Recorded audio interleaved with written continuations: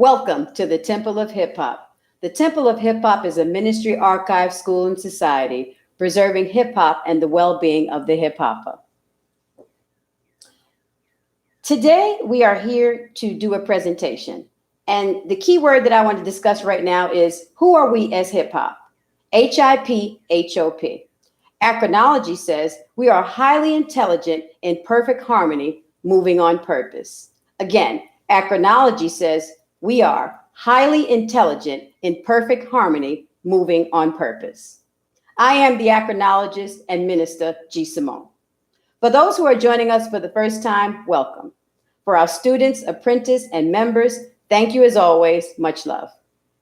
As some of you may know, we have been fasting, affirming, and rising with the sun since the winter solstice. The solstice happens 2 times a year. The past December 21st, 2020 is when we began. We are now approaching the summer solstice, which is June 20th, 2021. In between the winter and summer solstices, we experience the equinox, which also happens 2 times a year. Spring, March 20th, 2021, which was just yesterday, and autumn, September 22nd, 2021. The spring equinox is where the earth is tilted neither toward nor away from the sun, resulting in nearly equal amount of daylight and darkness. The word equinox is derived from 2 Latin words, equos, equal, and nox, night. At the equator, the sun is directly overhead at noon on these 2 equinoxes. The nearly equal hours of day and night is due to the bending of the light's ray. This causes the sun to appear above the horizon when the actual position of the sun is below the horizon. Additionally, these days become a little longer. The spring equinox is celebrated as a festival of awakening and rebirth. This is the time to say goodbye to the dark months and move into the warmth of the light. Our key word here is equinox, EQUINOX. Astrological says each quarter you should inspire a new outlook of expression. Again, each quarter you should inspire a new outlook of expression. It is important for spiritual growth and development that we mark these seasons and inspire within us rebirth and awakening. Wake up. Give meaning to these quarters, seasons of your life. Winter, spring, summer, and fall, also known as autumn. This quarter, prepare your harvest by gathering and collecting your ideas, visions, and dreams, placing them within your prayers, songs, and affirmations so that they grow and develop. Key word here, harvest. HARVEST. Astrological says, honor and rebirth your vision. Everything springs up in time. Let's get it started. Here's the teacher.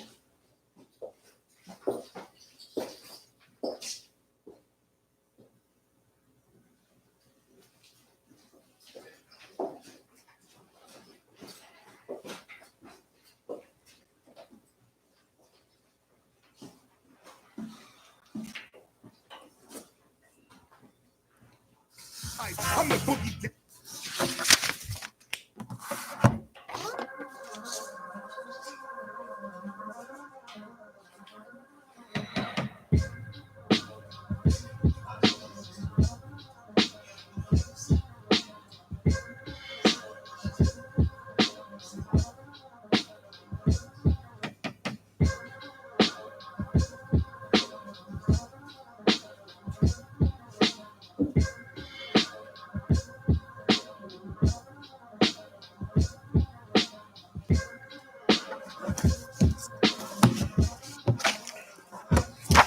Okay, let's get started. Let's get this popping real quick. Which way am I going? Yep, here we go. I could have turned that up a little louder, but you get the point. So, G. Simone, thank you for that. That was excellent. I didn't even know the equinoxes were actually positioned, like you said, the sun in that way. It's an interesting situation. Let me raise the camera a little bit as well. We'll just do it live while we're here. If you have your Gospel of Hip Hop, we're starting on time. More people are coming in. We can see more people coming in. People are always coming in late in that sense, but we're starting on time, so we're just going to get right to it. We got a lot to go over, as G. Simone pointed out. I'm going to give a piece. We're talking about the seasons, and then Sun One is going to come as well with another piece. As a matter of fact, you know what I want to do? I want to raise this camera, so I'm going to take bring you back to the temple logo real quick. Hit you with this beat, and let me come right back so I can raise this camera real quick.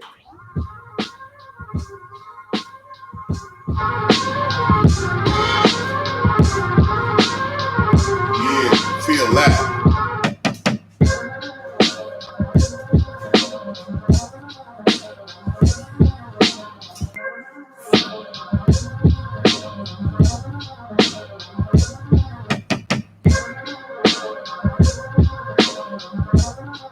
That was a beat.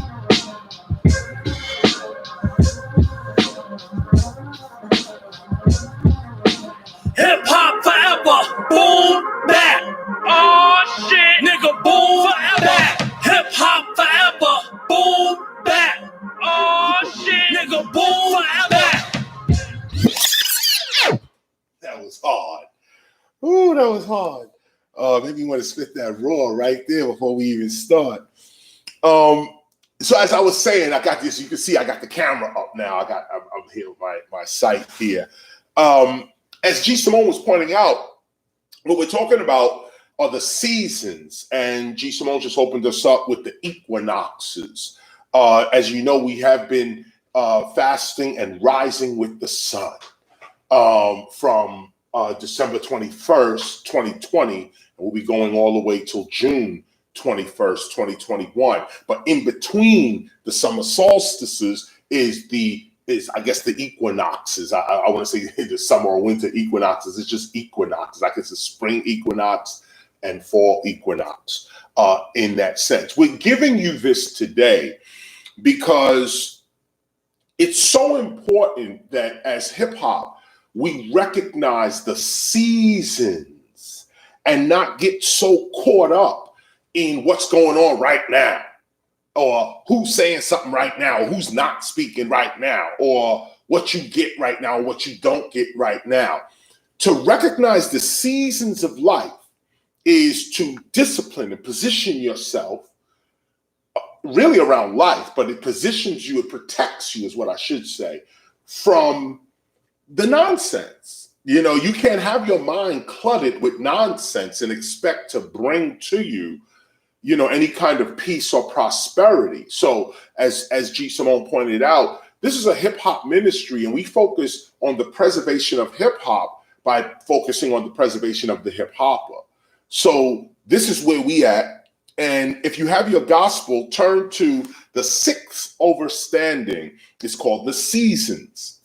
And we're going to be talking about planting seed, harvest, the seasons, the solstices, the equinox, how these affect the actual earth. Now these are real. These are physical events, or should I say techniques, to growing things, knowing where the sun is, knowing where the moon is, knowing how close the earth is to certain stars at certain periods. That's real in terms of planting food to eat. We're looking at it symbolically as to the seasons of life, the light of life, the storms of life, and how to walk within that so that you're not confused or thrown off by these momentary, you know, this happened over here or that happened over there. We can't be moved by that. Our existence is bigger and broader, wider and longer than any of the ignorance you might be listening to, hearing, or seeing today. So turn your gospels now. I'm gonna read real quick. The 6th overstanding is called the seasons. I'm on page 314 of the Gospel of Hip Hop. If you don't have a copy of the Gospel of Hip Hop, you can always go to krs-one.com. That's krs-one.com and order yourself a copy. So let's get started. Peace and much love to all future hip hoppers. Now I just want to stop here. That's just this one sentence. I want to stop here because what's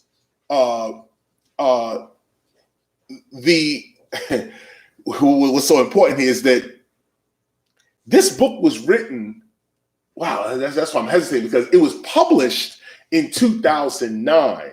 But it was written since 1994, or was being written from 1994 up to about 2008, and then we published in 2009. So try to remember that much of what I'm getting ready to read here, especially toward the sixth overstanding, the chapters that are toward the front of the book, are really probably before 2000. This is the 90s writing in here, or 2001 or 2002, very early in the new millennium. And it's important because when I'm reading, it'll sound like I'm talking about today, but I'm not.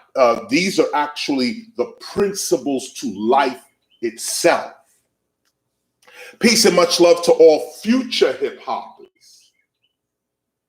Rejoice, for we are truly blessed. We are a blessed people. Do not be discouraged or depressed by the criticisms of the world, for ignorance is always bold and certain. However, ignorance is also temporary, but it is better to be fresh in the sight of your God and whack to the world than to be fresh in the sight of the world and whack to your God. For the same world that hails you up in praise is the same world that can tear you down in judgment. The same world that condemns you is the same world that hails you up. Such is the way of the world, so be prepared. Therefore, focus not upon the praises or the criticisms of the world. Focus only upon your performance before God. Stand only in truth. For the correction of God is like that of a loving mother, while the criticisms of the world are like those of rebellious children. For the world will hate you one day and then love you the next. Likewise, the rewards, awards, and validations of God are like the handmade clothing of a protective mother that is given to her, child to guard against the harsh elements of those rainy and cold seasons. Did you hear what I just said? Let me hit that one more time. I'm on paragraph 4. I'm still on page 314. Likewise, the rewards, awards, and validations of God, okay, not these corporate validations, the awards, rewards, and validations of God are like the handmade clothing of a protective mother that is given to her child to guard against the harsh elements of those rainy and cold seasons. However, the rewards, awards, validations of the world are like the mass-produced clothing of an impersonal corporation that is sold to you for a price. Such clothing offers only temporary protection against the harsh elements of those rainy and cold seasons because the clothing manufacturer needs to keep producing clothing. Eventually, such clothing style. Now, try to understand here, because what I want to point out here again is that even though it may sound like any of this could be applied to today or last week or last year or next week, next year, this is the proof of principle. This is the proof of the timelessness of principles. And when you live your life according to principles, you don't really have no problems with stupidity. The point here is these clothes, eventually the corporate clothing goes out of style. And this is so important for you to understand, because a lot of us react to what the corporate world is saying, what radio, television, internet, what they're saying, and we're putting our emotions on that and our mind to that, and hurting ourselves physically and mentally and spiritually. And then the validations of those very companies, they're out of style. They're gone. And you have harmed yourself because you couldn't control your emotions. You thought they was real. You thought they were going to last forever. So they gave you an award. And you was like, oh man, I got the award. This is great. Or I didn't get the award. This is horrible. I deserve the award. I didn't get the award. Then the company goes out of business. And the award, whether you got it or didn't get it, means nothing. Nothing. A good example of this is like the gold and platinum plaques we used to get in the 90s. When we was writing this, we knew, but see now it's so funny because you got to be close to my age, I guess, to even know how important a gold or platinum plaque. Remember the platinum plaques used to be in the they give it to you in a frame. It was they spray painted an album gold and a cassette gold, or spray painted it silver and handed it to you with big pump and cameras going, and here's your million record. It was a platinum sales award plaque, and they would give you the platinum sales award plaque. Now, records are gone. The record, the cassette that was under the record, and the CD are gone. Okay? So imagine you running around in the 90s for a platinum plaque. I'm running around in the 90s for a gold plaque, a platinum plaque. And now, in 2021, they're useless. But you gave your emotion in the 90s to something that was useless. You see, this is a lack of self-respect on yourself. It's not like you are actually disrespecting yourself. It's that if you don't understand timeless principles, these temporary corporations can get you. And I'll give you one more example before I continue. I just thought about it. The Source Awards. And with all due respect to the Source, you remember the 5 mics? Those that can remember 5 mics. People were going up to the Source Award with guns. You gave me 3 mics. I deserve 5 mics. Arguing, angry. People hurt over the fact that they didn't get 3 or 4 mics. They used to have this rating system. 3 or 4 mics. You didn't get 3 or 4 mics. You felt your career was over, or that the Source was dissing you. Now, where are those 5 mics today? I mean, take a look at where are these 5 mics today? You have artists that have received Grammy Awards, that are now saying that Grammy don't mean nothing to me. I was listening a few days ago about the Oscars. And, I saw somebody, there were 2 people having an interview, and they were saying, the Oscars, there's 9,000 white men that are voting for who gets an Oscar. And they were saying that the Oscars is not giving enough credit to non-white directors and producers. And the people are there arguing, the Oscars should do more to celebrate Black directors and actors, and the Oscars should do more. And they're getting emotional. They're forming movements. They're trying to put justice to this for the Oscars. So the question then becomes, well, why do you think you need an Oscar to begin with? You did a film. Film is dope. Unanimously, the people love the film. But because you didn't get this particular validation, you feel as though your art was disrespected. This is what we have to remove ourselves from. And that's why we're talking about seasons here. Because I tell you the truth, in a minute, there'll be no Grammys, there'll be no Emmys, there'll be no Oscar. Just like there's no platinum plaques, gold plaques today, and 5 mics from the Source, or even a Source Award. Okay, the Source Award. Okay, remember that? I didn't get a Source Award. My album was dope. Now the award don't even matter. The whole company, the whole thing don't even matter. But you gave your emotion to that. You gave your spirit to that, to something that was temporary and worthless at its beginning. Can you see that sight now? Apply what I'm saying to you right now to all the awards that are out there, all the corporate validations there can be, and everybody talking gossip on the internet right now. 2 years, 3 years, 4 years from now, these people won't even exist.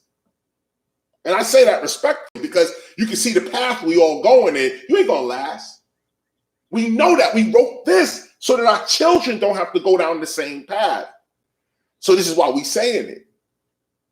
Don't put your heart and your mind and your spirit on temporary satisfaction, temporary depression, temporary hurt. Let me continue reading this.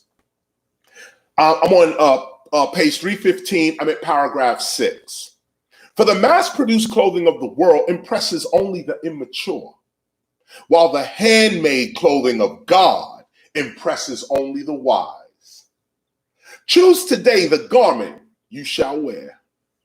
For we have learned that sunny and warm days are followed by cloudy days, which are followed by rainy and stormy days, which return to sunny and warm days. Those who are aware of the spiritual seasons of life believe that those that are unaware of the spiritual seasons of life believe that when the storms of life beat upon their circumstances, they are doomed to that situation for the rest of their lives. It seems as if the storm will never end. And in desperation, they make decisions under pressure, which force them to make the wrong decisions in their life.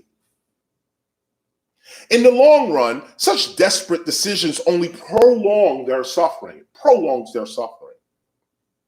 Attuned hip hoppers who have acquired the knowledge of life's seasons and cycles occasionally go through the same storms everyone else goes through. However, with an awareness that the storm is always temporary, attuned hip hoppers remain calm and mentally still, allowing the storm to pass over them. And Sun One is going to talk about that not only tonight, but during the rest of the week. We're coming up on Easter and Passover and so on. It's a very important word, Passover. You know, to allow things to pass over you. But and how do you do that? By being still and knowing that God is God and knowing that you're a spiritual being and you walk in a spiritual path. You could be still while the storm passes over you. Others without knowledge of life's seasons try to run from the storm, only to wind up running with it. Even more people miss valuable opportunities and lessons that can be found in the midst of the storm by running away from the storm. The same applies to sunny days. It's sunny, so you just out there enjoying yourself when you should be trying to catch the lesson that's being given. Others storm beating on you, and instead of you learning from the storm, you running from it or running with it, both out of fear, doubt, ignorance. Not realizing that everything has its season. The unaware rap fan, not a hip hopper, a rap fan, believes that he is running ahead of the storm when he is actually keeping up with the storm. For when the storms of life beat against your clothing, it is usually best to remain still and allow the storm to pass you by. The same applies to the sunny days. With difficult people and circumstances, be still. Be on good terms with all people, even if you must be silent in the face of those that disrespect you. Develop the habit of not saying things that you may regret later when the storm of hostility and or depression has passed. Be silent, be still. Even with all forms of temptation, be silent, be still. Allow the storms of those tempting desires to pass over you. Do nothing. When tempted, do nothing. This is one of the keys to fighting temptation. You don't fight temptation. You just don't yield to it. When things are tempting you, Stop and be still. You'll still feel the temptation, but be still. And eventually that feeling will leave you. And imagine, look at how simple that is. The temptation comes and you can't fight it. So you yield to it. I'm going to eat the cake. I'm going to do the thing. I'm going to say the word. Whatever it is, the temptation comes for you to act, and you act. And then you realize the temptation was temporary. And how many times have we fell into the temptation only to realize I shouldn't even have did that. It wasn't worth it. It wasn't worth it. So when the temptation comes, be still. And then you realize the temptation goes away, it passes you by, and you're safe. Because you didn't yield to it. You didn't succumb to it. You didn't follow that. You stayed still. But know this, only those who wear the handmade clothing of God, which is purpose, mercy, peace, charity, love, understanding, truth, discipline, inspiration, wisdom, gratefulness, self-sacrifice, etc. This is God's clothing. This is what you wear. Wear your purpose, not a Gucci sweater. Wear mercy, not judgment and hate. Criticism, dissing your brother, dissing your sister, tearing down the legacies of others. That's not God's clothing. Now, if you live in the world, then fine, that's for you. That's how you get down. And you'll benefit and suffer according to the world. But those of us that wear God's clothing, we are clothed in purpose. So we can't be swayed one way or the other. We have purpose. We wear mercy. Mercy. Forgiveness. Love. Somebody does something wrong to you. Okay, it's wrong. I don't like it. But I wear the cloak of mercy. I know that we're all growing up and we all move by way of our own consciousness. Everyone makes mistakes. Everybody do dumb shit all the time. But the one who wears God's clothing got that mercy, got the mercy jacket on him, got the forgiveness jacket on him. And of course, there's peace, charity, love, understanding, truth. That goes on. Those who got the book, you see it right here. Okay? Those that wear God's clothing can stand still in the midst of life's storms, which is changes and temptations. Life's changes and life's temptations. That's what we call them storms. These are the designer labels of our everlasting God. You know, instead of having Fendi across your chest or Gucci or, you know, one of these other corporate companies, and big respect to them. Like, you do your thing. I'm not dissing a company. But I would rather wear truth across my chest, okay, than one of these people, okay, Chanel, you know, or something like that. I'd rather wear peace and mercy and charity as a hat, charity hat, mercy jacket, forgiveness pants. You see what I'm saying? Okay.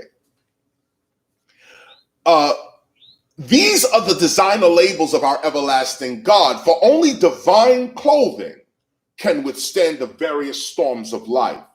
For when it is sunny and warm, meaning that everything's going your way, such a season is not to be used to relax and indulge in the pleasures of the world. Such a season is always used to prepare for those rainy days. And such preparation is not done in fear either. Such preparation is done with an understanding that all worldly relationships, validations, rewards, opportunities are indeed temporary. Attuned hip-hoppers preserve their health, love, awareness, and wealth during those sunny and warm seasons in preparation for the inevitable storms, changes to come. And that, let me just put my finger here, that's very important. Let me even say that one more time. Attuned hip hoppers, this is paragraph 13. I'm on page 316. Attuned hip hoppers preserve their health, love, awareness, and wealth during those sunny and warm seasons in preparation for the inevitable storms, changes to come. Inevitable. So what are we talking about? When you're healthy, try to be more healthy. When you're in love, try to seek more love. When you are aware, try to get more awareness. When you're wealthy, try to get more wealth. Not use these things, use your wealth, use your awareness, use up your health, just health in terms of that. Right now, there's a pandemic going on, coronavirus, among other things. Flu is still out there, all kinds of other diseases are still floating around. But those of us that have lived a healthy lifestyle, yeah, you may still get the virus, you may still get a sickness, but you're going to bounce back. And why? Because you didn't wait until you were sick to try to get better. When you were better, you tried to get better. When it was hot outside and the money was flowing, you went to Whole Foods. You was at Trader Joe's. You was at the local farmer's shop. You was taking the propolis, the oil of oregano, the golden seal, the echinacea. You was hitting the vitamin C, the B12, the magnesium. These are the things you were already doing. So now the coronavirus hits and you ready. Why? Because you're wearing God's clothes. Attuned hip hoppers preserve their health, love, awareness, and wealth during those sunny and warm seasons in preparation for the inevitable storms, changes to come. After a while, the storms don't even affect the attuned hip hopper. The attuned hip hopper's H-law. I say it again. After a while, the storms don't even affect the attuned hip hopper's H-law, which is health, love, awareness, and wealth. With wisdom, the attuned hip hopper sees that it is during those rainy days that the people of the world are fed. For it is through challenges, changes, and disappointments that the people of the world gain wisdom. For it is the storms of life that humble and teach the people of the world. However, spirit beings remain still and protected in the most terrifying and difficult of life's storms, for they are not taught or fed during the stormy seasons or during the sunny seasons. We are taught or fed by an acknowledgement of the truth, which comes to everyone first, but is rejected by those who value the world more than they do their God. That's so real. The truth comes to you first, but people say, I don't want to hear that. I don't want to see her. I don't get it from him. And then now what happens? Like for instance, if your brother comes and says, hey, listen, we should follow these 3 rules right here so that we could be brothers and sisters. We could be family. Let's follow these 3 rules right here: mercy, forgiveness, and trust. Let's just follow these 3 rules right here. Oh man, who are you to tell me what I should be doing? And who are you? The truth came to you right there, out your friend, out your brother's mouth, out your sister's mouth. You reject it because it's your brother, it's your sister. You can't get it from that. But then you turn the TV on and some white man in a suit comes on and says, here's what we got to do. And you're ready to follow. Ready to follow. What I got to do? Well, the government said, if your boss says, these are the 3 rules of the company, you break these rules, you're getting fired. You can't be here. You'll follow those rules. But if your father says, or your mother says, or your brother or sister, aunt, grandmother, if your family says, let's follow these rules, you can't seem to follow them. That's what we're writing about right here. This is the point right here. Who are you really following? Who do you really respect? This is what is going to tell you how spiritual you really are. If you can't hear the truth, a dog can be barking, arr, arr, arr, telling you the truth. Right there. Arr, arr, arr, and the dog's telling you the truth. You say, oh, you just a dog. I ain't hearing that. You lost. You got to hear the truth from wherever it's coming. And the truth don't always come from humans. The trees speak truth. Animals speak truth. Life itself, the circumstances and situations of life reveals truth. Are you watching? Are you listening? Or are you just going along with what some corporations say? Well, paragraph 15. Actually, spirit beings find opportunity in the very midst of the storm, while others attempt to run from the storm or fight the storm or criticize the storm. Spirit beings find their opportunities within the storm. For true power is not gained through conquest and takeovers. It actually falls into the lap of those prepared to catch it.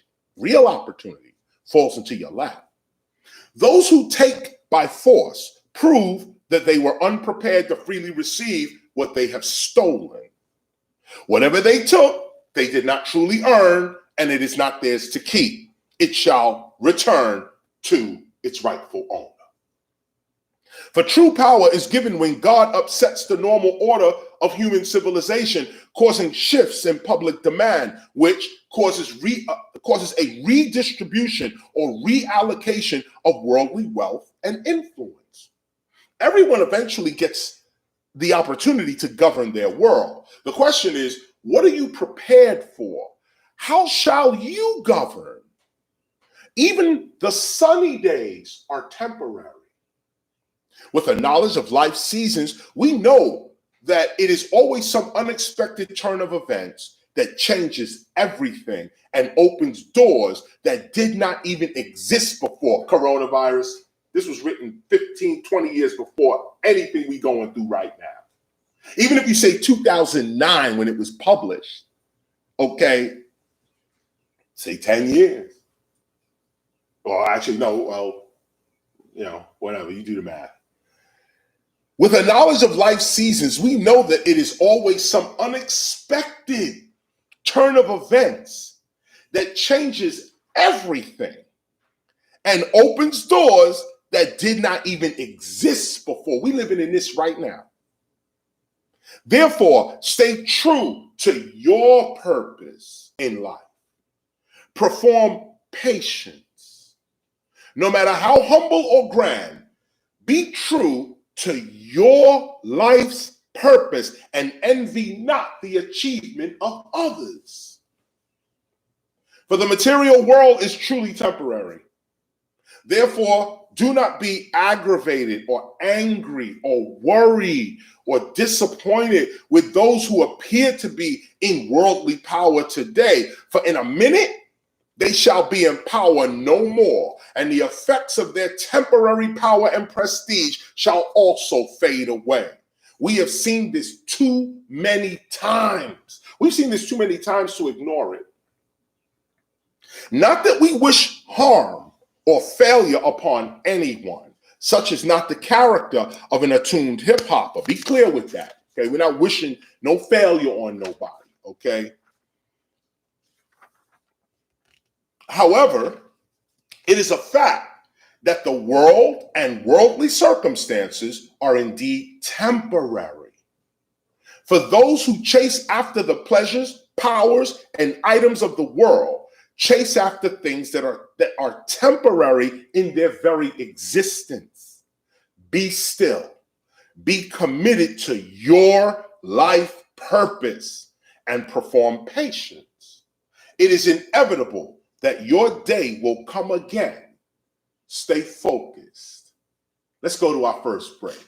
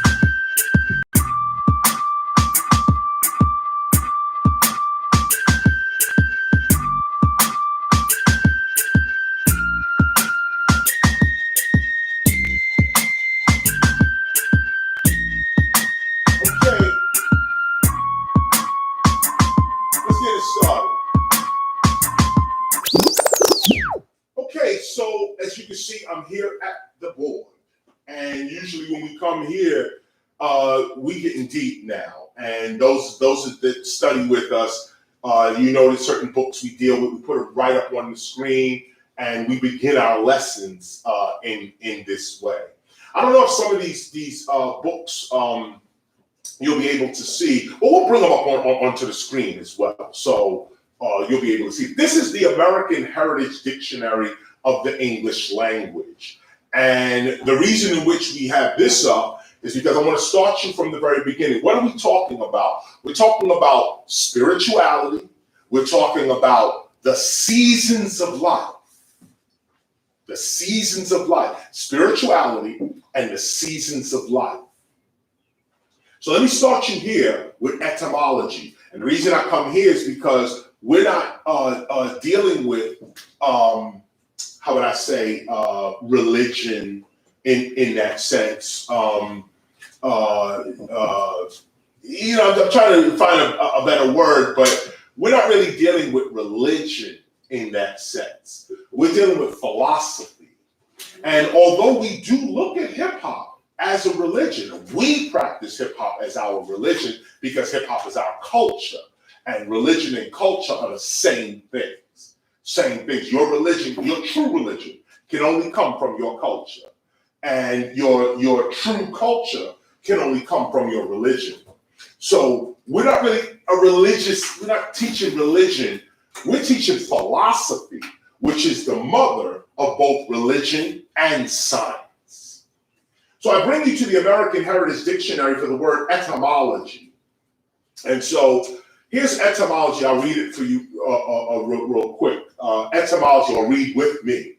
Etymology, the origin and historical development of a linguistic form as shown by determining its basic elements, earliest known use, and changes in form and meaning, tracing its transmission from one language to another, identifying its cognates in other languages, and reconstructing its ancestral form where possible. Etymology is dealing with the history of words. That's what we're dealing with. The history of words. Etymology is dealing with the history of words. And this is what they're dealing with. What is etymology? The origin and historical development of a linguistic form. That's a word. As shown by determining its basic elements, early known uses, changes. This is what it is. So I bring this to you first because that's what we're doing. We're not going to push, we're not here to talk about belief and, what we believe and what we imagine. That's not philosophy. There's a place for that. I believe in our hip hop city. I have a vision for hip hop as a united community. But that's not what we're talking about. When you're teaching, or in this instance, we're teaching spirituality and the seasons of life that go with the spirit, it's best to come with literal information, okay? Literal information, so there's no argument, okay? We're here on the facts. This is what it is, at least for now. This is the linguistic scholarly standard, at least for our time. So here's etymology. What is an etymon? An etymon, an earlier form of a word in the same language or in an ancestor language. An earlier form, the words you speak, an earlier form of this word. For example, Indo-European, the duo, and Old English toi or twe are etymons of modern English too. So you see what's going on here? You see what's happening? The Indo-European duo and the Old English twe are etymons of modern English too. That's what an etymon is. And here's a second definition of an etymon. A word or morpheme from which compounds and derivatives are formed. Talk about this. Those who had a chance to catch the Real Nigga tutorial that we put out, Real Niggas, which is the book. You all should have it, or at least have seen the tutorial that we put forward. You'll notice that in that we deal with these etymons. syllables and sounds that are not yet words, but the sound goes on to create words. So this is what etymology and an etymon is. This is what we are doing. And what this leads us to is the literal interpretation of words. The literal interpretation, not us dreaming it up, not a belief, not an opinion, but the literal interpretation of words. Let's look at the word literal. Conforming or limited to the simplest non-figurative or most obvious meaning of a word or words. Let me say that again. What does it mean to be literal? It means conforming or limited to the simplest non-figurative or most obvious meaning of a word or words. 2, word for word, verbatim. What does it mean to be literal? It means word for word, okay, verbatim. 3, avoiding exaggeration, metaphor, or embellishment, factual, prosaic. Now you can just see the rest. I'm gonna move on with this. I'll leave this up on the screen. Put it back up on the screen just in case you want to read the bottom as well. You see literalism, okay? You see this, the adherence to explicit sense of a given text, explicit to the given text. Just take a look at that for a minute and look at literally down at the bottom.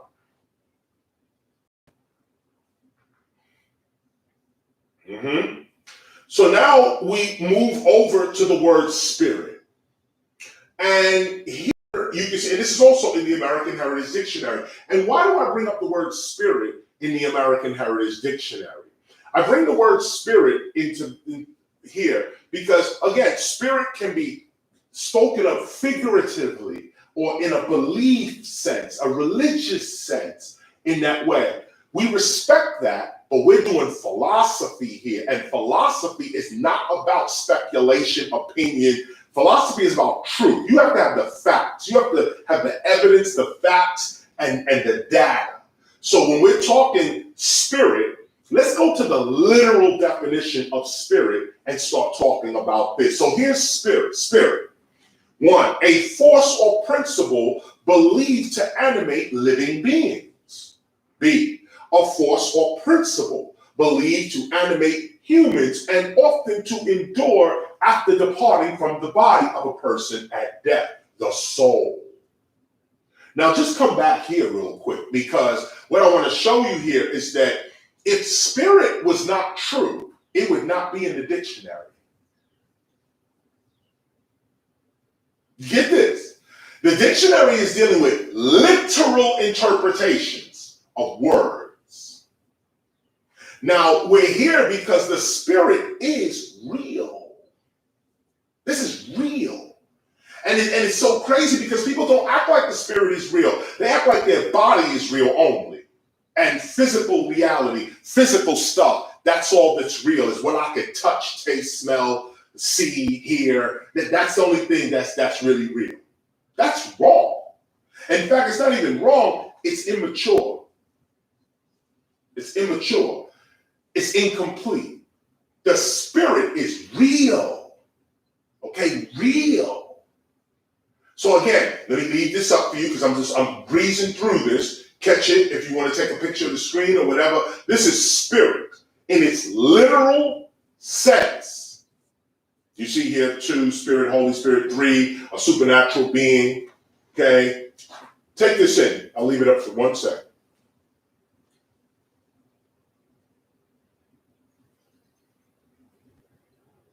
Moving forward, here's the word spiritual.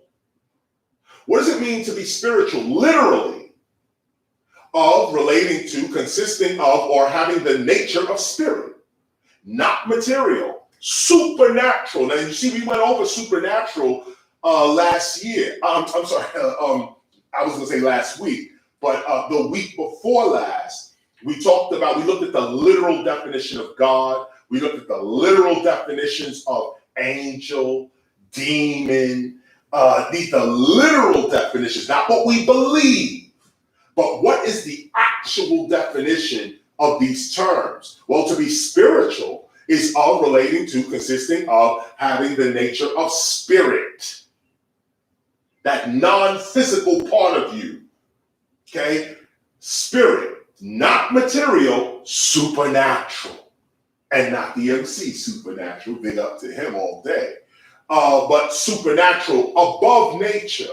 And we talked about that. We looked at the literal definition of super and natural and superhuman. I know some of you may remember that we looked at super, which only means above, next to, imposed on, but mostly super means beyond the ordinary. That's it. It doesn't mean lifting up the back of a car or flying through the air. That's not what super means. To be a superman or a superwoman only means to go beyond the average man or the average woman. If everybody's lying and cheating and you're actually telling the truth and giving, you're super. If everybody else is afraid and you're exercising courage, you're super. To be supernatural doesn't mean to be beyond nature.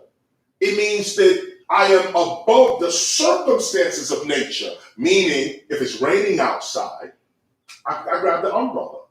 The umbrella is supernatural. Because naturally, you're supposed to get rained on. The rain's coming out the sky is a natural event. You're supposed to get wet and get rained on. But what do? You pull an umbrella up. And that's a supernatural event. The nature is not affecting you like it would affect everybody else. That's all super and natural means. All this hype we going through, that's exactly what it is, hype. And it's steering your mind in the wrong direction.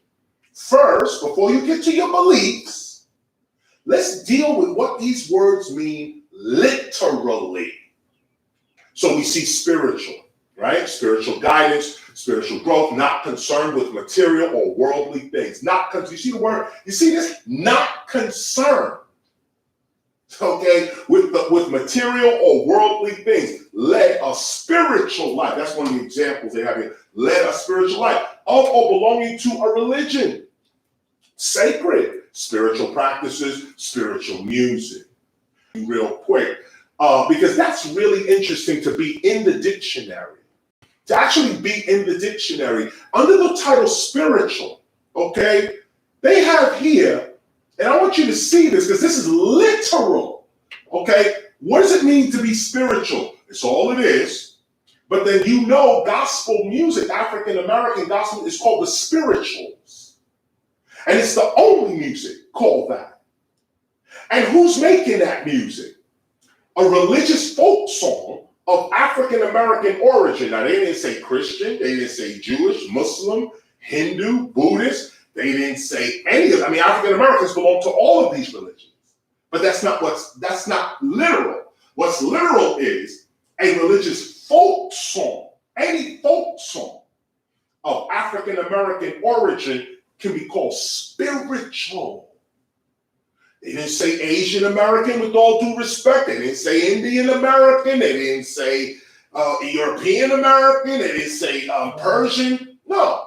What does it mean to be spiritual? The literal definition of this includes a religious folk song of African American origin. That could be rap music.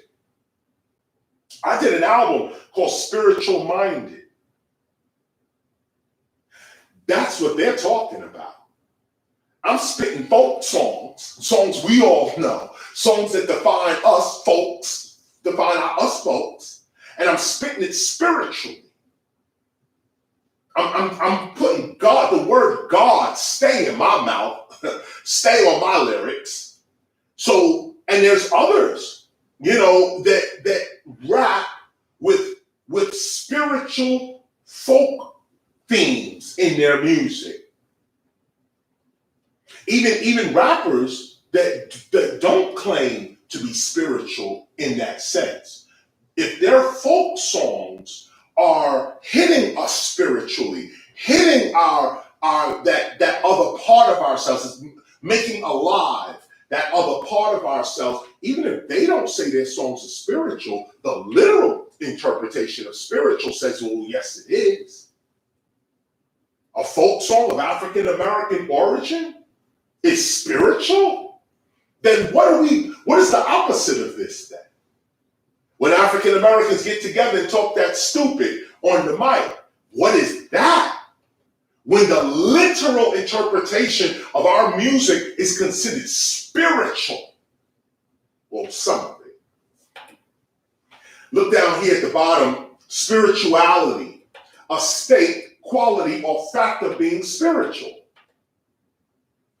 A religious belief or manner of pursuing a religious life. You know, G. Simone has an acronym for religious, which means realizing every life in God's image offers useful solutions. Did you get that? I'll say it again. Religious. Realizing every life in God's image offers useful solutions. Every life. So, what is spirituality? A religious belief or manner of pursuing a religious life. This is spirituality. Okay? And here's the rest. They give you an example of pantheistic spirituality espoused by Wiccans and other contemporary adherents of nature religions. You know, 2, the clergy. Now they're bringing you over to Christianity exclusively. 3, often spirituality, something such as property or revenue that belongs to the church or to the cleric. And that's also important for you to understand as well, that these definitions too, I'm not going to get into it today, but I'm just going to put this disclaimer on it, that these definitions are what is called Western definitions. Okay, this is basically white European definitions. And no disrespect to that, because we're using that to learn, okay? But understand that these definitions of spiritual are not the whole story. This is the story for us who speak English and live in America, okay? Now, of course, if you live in other parts of the world, like if you're in Europe, this can apply as well. This can apply as well. Anybody speaking English, basically, this can apply. But realize that these ain't even the whole, or mind, or consciousness. These things are undefinable. But in order to teach, it's better that we go right to the literal word and start from here. So here's spiritual, here's spirituality. Let's move forward. Now you see the compact edition of the Oxford English Dictionary. And you know we work with this all the time. We'll be working with this throughout this session as well. The compact edition of the Oxford English Dictionary. What do we have? Spiritual. Why do we look at the compact edition of the Oxford English? Because we just looked at the American Heritage Dictionary, which is American meanings and etymologies of words, the literal meanings and etymology of words. That's the American Dictionary, American Heritage, very good dictionary for American English. But they are the foundations of American English is British English, okay? So when you really want to get the etymology of a word, you look at the word as you're speaking it in whatever dictionary you can get. And then you go deeper into where that dictionary is getting its word usage from. And the American Heritage, as with all English dictionaries, are resting upon the Oxford English Dictionary. So we look at spiritual with the Oxford English, and you'll notice that the Oxford English is giving you the history of the word. Here's all the other ways the word was spelled before it was spelled like this. So we read here at the bottom. What is spiritual? 1, of or pertaining to, affecting or concerning the spirit or higher moral qualities, especially as regarded in a religious aspect. Okay? So, and of course it says frequently in express or implied distinction to bodily, corporal, or temporal. The distinction, the spirit is not bodily. 2, affecting or concerning the spirit or higher morals, higher moral qualities. So what is the spirit? Well, what are we looking at when we say the spirit? Yes, in a belief, visionary, opinionated kind of situation, you can say the spirit is like a ghost, or the spirit is a feeling, or the spirit is this and that. But in a literal sense, the spirit has to do with your moral qualities. There is the spirit, it does recognize spirit, but it also recognizes your moral qualities. And moral meaning what is right, what is wrong, okay, for you and for your community. If you know what's right and you know what's wrong, and you moving on what's right and avoiding what's wrong, you spiritual. You ain't got to pick up a book. You ain't got to pick up the gospel of hip hop. You ain't got to pick up a Bible, a Quran, nothing. If you living right, you living spiritual. You don't even have to believe in God. Matter of fact, nothing here is about God. Nowhere here. Okay? To be spiritual means you got to be living right. You got to know the spirit, and then you got to have some moral qualities about you. Actually, when you know the spirit, you have your moral qualities, because the spirit is not about the world and the actions of the world. The spirit is about the spirit. It's about the internal existence of oneself. And to look on the inside of you, you're going to have to look at things like love, peace, mercy. These things are not out here. They're not out. You can't touch love. You can't grab mercy. You can't kick forgiveness or hug charity. These things are the higher moral qualities of the mind, of the spirit, of the soul. Moving forward, I put this in here. I want you to see this, which is crazy. Spirit rapper. This is in the Oxford English Dictionary, too, by the way. Spirit rapper and spirit rapping. How did that get into Oxford English? Well, what they're talking about here is not necessarily what I do or what we do in terms of rapping. The Oxford English is talking about, well, let's read it. One who professes that he can induce spirits to communicate with him by means of rapping. Now that means hitting when something hits, knocks, you know, the things are knocking. That's called rapping, at least in English, in British English. To rap something is to hit it. So there are mediums and people who, mystics and stuff, who speak to the dead, and they speak to them, you know, they say, am I supposed to marry this man next week? A woman may ask, am I supposed to marry this man next week? One knock is yes, two knocks is no. And you get, and you're amazed, like, oh, wait a minute. A knock, I heard a knock. That's called spirit rapper. That's called spirit rapping, but that's spirit rapper. To rap something means to hit it. And some people communicate with the spirits through knocks and stuff like that. You may even recall, those of you that are on that spiritual path, you'll notice certain knocks around your house sometimes. Sometimes you'll even hear people knock on your door, and you'll answer and say, yeah, and there'll be nobody there. Sometimes you're sleeping or whatever, you know, you're watching TV or something, and you hear knocking. You know, I mean, everybody don't experience this, but I know I have, and I know it's a common thing to be able to communicate with spirit beings based on the knockings of your environment. They call that spirit rapper, a spirit rapper who can induce that, and spirit rapping when it actually happens. Matter of fact, let me read spirit rapping for you. Spirit rapping. Rappings alleged to be made by spirits in answer to questions addressed to them. You see that? That's spirit rapping. I'll just explain that. You know, should I become vegetarian or should I keep eating the meat? One knock says yes, two knocks says no, and you get something. That's called spirit rapper, spirit rapping. Now, of course, me, in my own poetic belief, visionary sense, will say, yeah, I'm a spirit rapper, no doubt. But I'm not, not from a hitting point of view, but just from the point of view of rapping the spirit. Rapping, you rapping your soul, or your rhymes reach the spirit or spirits. So I just thought I'd put this in here real quick, just to let you know really what you're dealing with. Hip hop is amazing, amazing.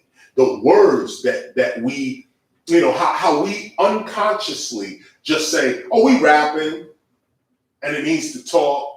But in dictionaries, we're being put in different areas where we can take the same words and apply them to ourselves. That's not by coincidence, especially if you walk in a spiritual path. You can't just overlook this. That's why I put it here. Moving on. Spirit in the Oxford English Dictionary.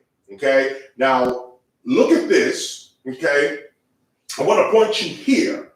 Okay. Right around here it says Latin. Spirit, and stay on me real quick. I won't put it on the screen real quick. I want to show you this. Okay, this is spirit. This is the etymology of the word. This is the history of the word. And like I said, these are the other words, the other ways it was spelled, so on. That's why we go to the Oxford English, so that we can get the history, the etymology of the word. We can get the literal interpretation of the word. It says here.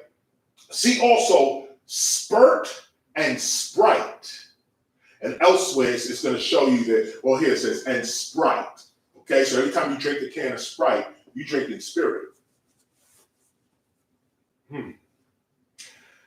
Anyway, what spirit are you drinking? What are you actually drinking? But no diss to Sprite. I did a Sprite commercial. I can't front.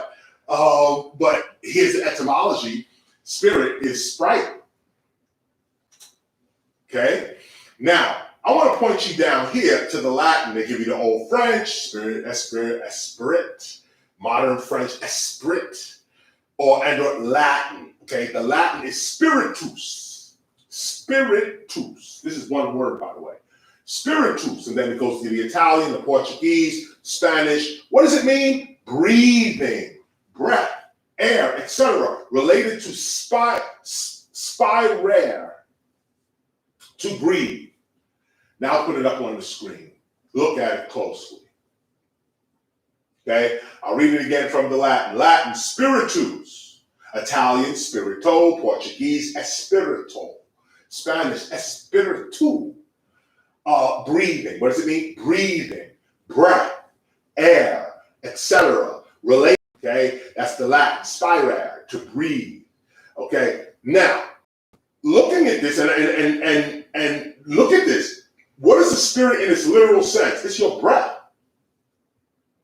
It's the air. It's breathing. What is the spirit? Breathing. Okay. Now let me take you further down here. Let me bring you down here. Right. I want you to see this. Okay. We're looking here at spirare, to breathe. Okay. Modern French has also sprite in the sense of spiritualist. In German, Danish, Swedish, the Latin form spiritus occurs chiefly in sense 21. And don't worry about sense 21, but that's a different, this has like 30 definitions, so they're just giving you sense 21. I'm not going to go into that because we're dealing with this right here. Sense 21 pretty much says the same thing. But I want to read this down here to you. The early English uses of the word are mainly derived from passages in the Vulgate, which is the Latin translation of the Bible.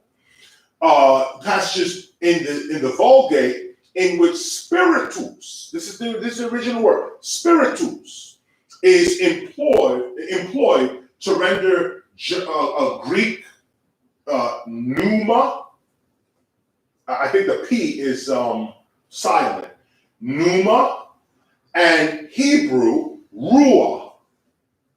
Okay, the Hebrew ruah Jews that is up on a Hebrew will know that the spirit is constantly called the ruah, and it really means breathing. The translation of these words by spirit, or one of its variant forms, is common to all versions of the Bible from Wycliffe onwards. And Wycliffe is the first English translation of the Bible. We'll be looking at him later on. But I want to show you this right here. What is spirit? It starts off as breath, breathing the air. Here's the definition down here. Put it full screen and read it with me. The animating or vital principle in man. and animals. That which gives life to the physical organism in contrast to its purely material elements, the breath of life. This is the literal definition of the spirit, breath of life, an animating principle. Moving forward, here we get to the Latin, or what is called a Latin dictionary. A Latin dictionary, Lewis and Short, a Latin dictionary. And of course, we put the Lewis and Short up because those that are just joining us and maybe not familiar with these books that I'm bringing up right now, there are several Latin dictionaries that you should look at. But I was told from a Latin expert in Latin, a professor of Latin, that the best Latin dictionary to use is a Latin dictionary by Lewis and Short. Oxford has a Latin dictionary as well, and there are other Latin dictionaries that you can get. But just like the Oxford English Dictionary, if you want to get down to the real scholarship of certain words, you have to pick certain books. Not every book gives history, etymology, and accurate definitions. You have to get certain books to give that. That's why I'm putting the emphasis here on a Latin dictionary. If you can afford a copy of this, get one, and so that you can know your Latin, okay? So now what are we looking at? We come here because it's spiritus.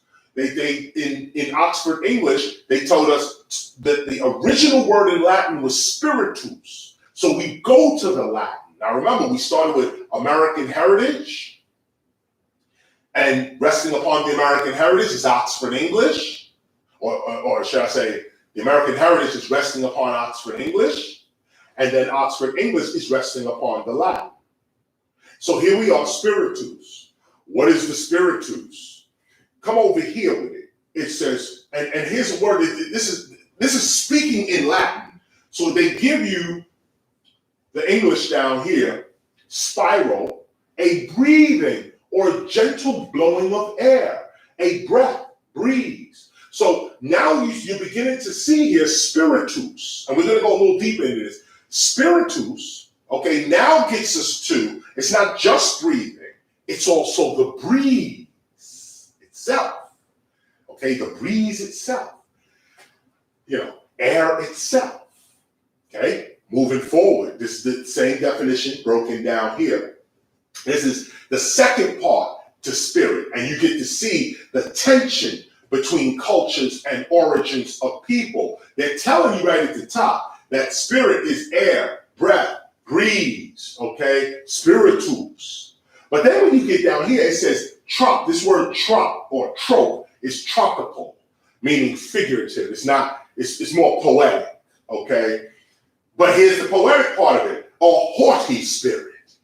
Haughtiness, pride, arrogance. Also, spirit, high spirit, energy, courage. Now, I just want to show you this for 1 minute, okay?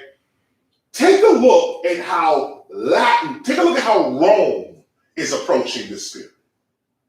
Rome knows that for them, the spirit is about breathing, and it's a gentle blowing of air, a breath, a breeze. This is how Rome is looking at the word spirit. This is not how our ancestors in Africa looked at the spirit. No disrespect to Rome, because we're dealing with English, and we're dealing with Latin, and we're dealing with all of that.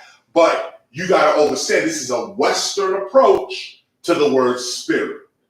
So you can see they're not really with spirit, because for them, those with spirit can also be haughty, high spirit. Those with spirit they say arrogant. In the same definition of spirit, you get pride and arrogance, but you also get energy and courage. So those that are expressing energy, courage, a belief in themselves, oh, you arrogant. You coming with that ego. You bring yourself low before Rome. And this is how Rome is teaching their people. That to be spiritual means to be proud of yourself, but that's wrong. So you got to ask yourself, who were they calling this? Who were they calling arrogant and proud when they were calling our ancestors that? our African ancestors, that our African ancestors were coming before Rome like, you ain't shit. We built the pyramids. Rome said, you arrogant. You coming with all that, this is, like you all that. And our ancestors were like, yo, we are all that. You stole everything from us. Imagine the argument. And these arguments are going on culturally, and this cultural argument becomes the word. It becomes the etymology of words. I want you to see this, because when people call you arrogant, don't shirk on that. If people call you egotistical or any of that stuff, when you say, I know who I am. No, man, you ain't supposed to know who you are. Yeah, you're supposed to stay low and humble and keep your voice down and No, you're not. First of all, that's not even hip hop. That's not the attitude of hip hop. Now, we not arrogant. We ain't trying to be arrogant. We ain't trying to put pride and haughtiness. But if you built the pyramids, you built the pyramids. Okay, you don't let nobody take that from you or make you humble before your achievements. Here we are going deeper. This is more definitions of the spiritus. Okay, the figurative, taken from a favorable wind. Okay, now we're not breathing no more. We're in the wind. Here now is two. We're back to the breath. To breathe, live, be alive. That's what it means to be spirit, to be spiritus. Okay, to be alive. Now I want to bring you down here. To number 3. This is interesting. To be poetically inspired, to have the lyric spirit. Put that full screen so they can see it. Look at 3. And look at this down here. To be poetically inspired, to have the lyric spirit. Now, I bring this to our discussion because, how can this be applying to just rap all day? Spirit rapping, rappers. Okay, here now the spirit connected to African American folk songs. The spirit connected to lyrics, poetry. This is how the spirit is defined, literally. We're not making this up. We're not, believing in opinion and literal knowledge. This is the literal text right here. That every time I bring up the spirit or look at the etymology of spirit, it has something to do with poetry, breathing, and speaking. So realize when we say in the definitions, those that have the gospel, you know the chapter I'm speaking of, the definitions, when we talk about the 9 elements of hip hop, the MCing element, we call it divine speech. Divine speech. This is divinity. This is the realm of divinity. Spirit, soul, consciousness. Here we're talking spiritus. And the third definition here is the lyric spirit. You have the lyric spirit on you? That's actually the spirit. So when somebody's rhyming nonsense and stupidity, that's their actual spirit. This is, you gotta get this. You can only breathe your spirit. Your lyric is your spirit. And this is what we're going to talk about, reaping and sowing, because remember, we're talking about seasons. G. Simone opened us up with the equinoxes, and the equinoxes as well as the solstices have to do with planting of crops, planting of food. So just realize real quick what this whole thing, what this whole teaching is really about. You reap what you sow. What you speak is the only reality you're going to have. So you on the mic with your lyric spirit, and you saying I'm killing and I'm running and I'm doing this and that, and you expect to go somewhere? As a matter of fact, forget the lyric spirit in terms of poetry, just your speech in general. yo, he's this and that, and the do. This is your soul you dealing with. People who are aware of their soul will never speak ill of any human, any being on earth. You don't have to. Just be silent. Like I just said, be still and be quiet.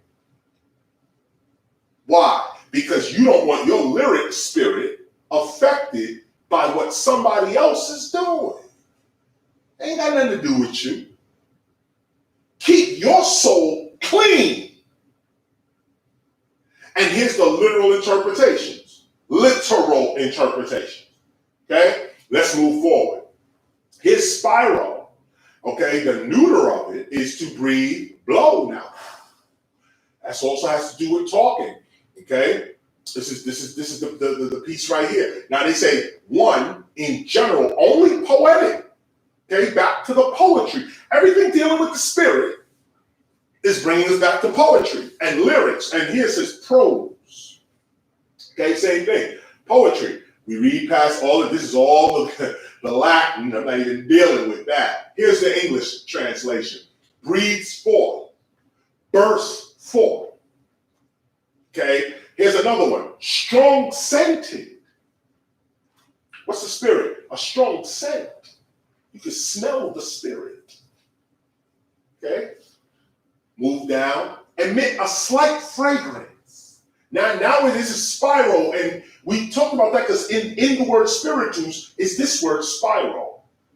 And this word spiral is not so much breathing and so on. It has a piece of it, it is breathe and blow, but its real depth, the spiral deals with sense, breathing forth, something coming off of you that other people can pick up, the scent of you, the fragrance of you. Okay, this is how deep the spirit goes. Here now, roar, rage, imparted to breathe, draw breath, to draw breath. Okay, is also the spirit. Respire. Okay, put this up full screen and take a look at it. Try to look past the Latin parts and read the English parts. The English is summarizing what the Latin is actually saying. Okay? Moving on. Here, we blow up this piece right here. I want you to see Latin as up here at top. Sound. Okay, this is in the definition of spiral. I'm blowing up the definition of spiral. Okay? Sound. Now look at B, triple, meaning figurative, not literal, but it's literal. This is their literal interpretation of a poetic meaning. To be favorable, to favor. Okay, the figurative taken from a favorable wind. Okay, that's what this is what we're getting the word spirit from. Rome is perfumes and fragrances. And actually, you can tell our ancestors are all in this because the ancient African priests, that's what they came with. They came with sage and frankincense and myrrh and all of these smells that were on them that was foreign to Greeks and Romans. Foreign. And these people came with the spiritus. High morals, character. They were rapping. They had poetic, they had a lyric spirit. And they gave off a scent that was, like I said, sage, frankincense. Everything was brought to Jesus in the manger. Remember the three wise men and all that? Well, they brought Jesus the same thing. So take a look at that. I just wanted to blow that up for you real quick. But also look at where spirit is coming from. Favorable winds. Here's the original African Heritage Study Bible. And of course, we always refer to this as well. The original African Heritage Study. This is the King James Version, and I want to bring this to you right now. We are looking at Galatians chapter 6, verse 7 as an example for what we're talking about here today. Talking about the equinox, talking about planting crops, knowing when to plant your crops. We're talking about seasons, wearing God's clothing through the seasons. We're talking about farming. We're talking about the farming of the mind right now. Okay? Here's the Bible. King James Version of the Bible. I'm reading from the original African Heritage Study Bible. Galatians 6, chapter 7, for those that want to go get their Bible. Be not deceived. Here we go. Okay. God is not mocked. For whatever so a man soweth, that shall he also reap. For he that soweth to his flesh shall of the flesh reap corruption. But he that soweth to the Spirit shall of the Spirit reap life everlasting. And let us not be weary in well-doing, for in due season, you see that word there, season? In due season we shall reap if we faint not. Take a look. Okay, this is what we're dealing with. This is what we're dealing with right here. Okay, be not deceived. God is not mocked. Whatever a man soweth, that's what he's gonna reap. Now, if you sowing in your heart hate, you're gonna reap hate. You sowing judgment, you're gonna reap judgment. There's another part in this book, the Bible. I think it's Matthew 7, where it says, "Judge not, lest ye may be judged. For the judgment ye judge, ye shall be judged." This is timeless and ancient wisdom. The Bible is not even the originator of that wisdom. They're copying it into their book so they can get their act together. This is timeless. That's why I bring it to you. This is the mind state you need to be in.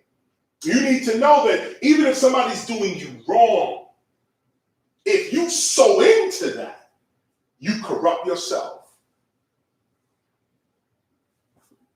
But now let's go forward, because just like we looked at the etymology of spirit through the American Heritage, and then we went to the Oxford English, and then we went to the Latin. Now we're here at the King James. Let's go deeper.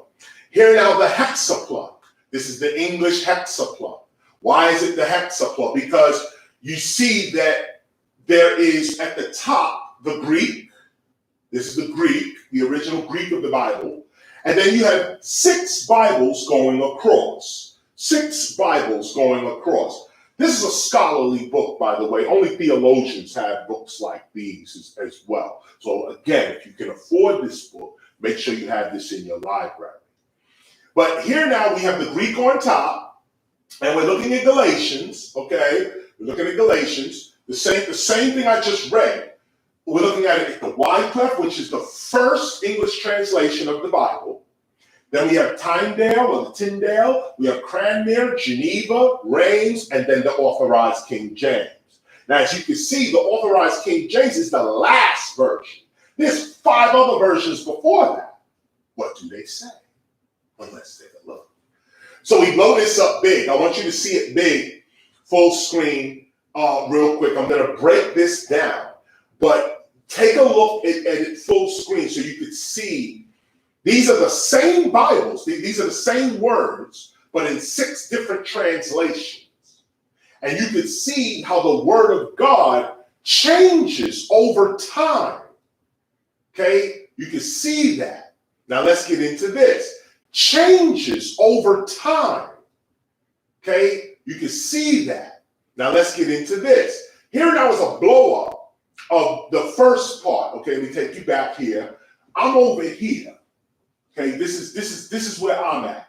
I'm over here. We're gonna look at this part, not this yet. Look at this page first. Okay, so I bring you here. This is a blow up of that page over there.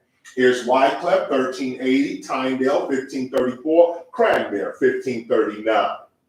Now it says here, nil ye error. Okay, this is Old English too, by the way. This is Old English. Nile ye error, which means basically don't err. So you don't err in this. God is not scorned, not mocked. The original said scorn.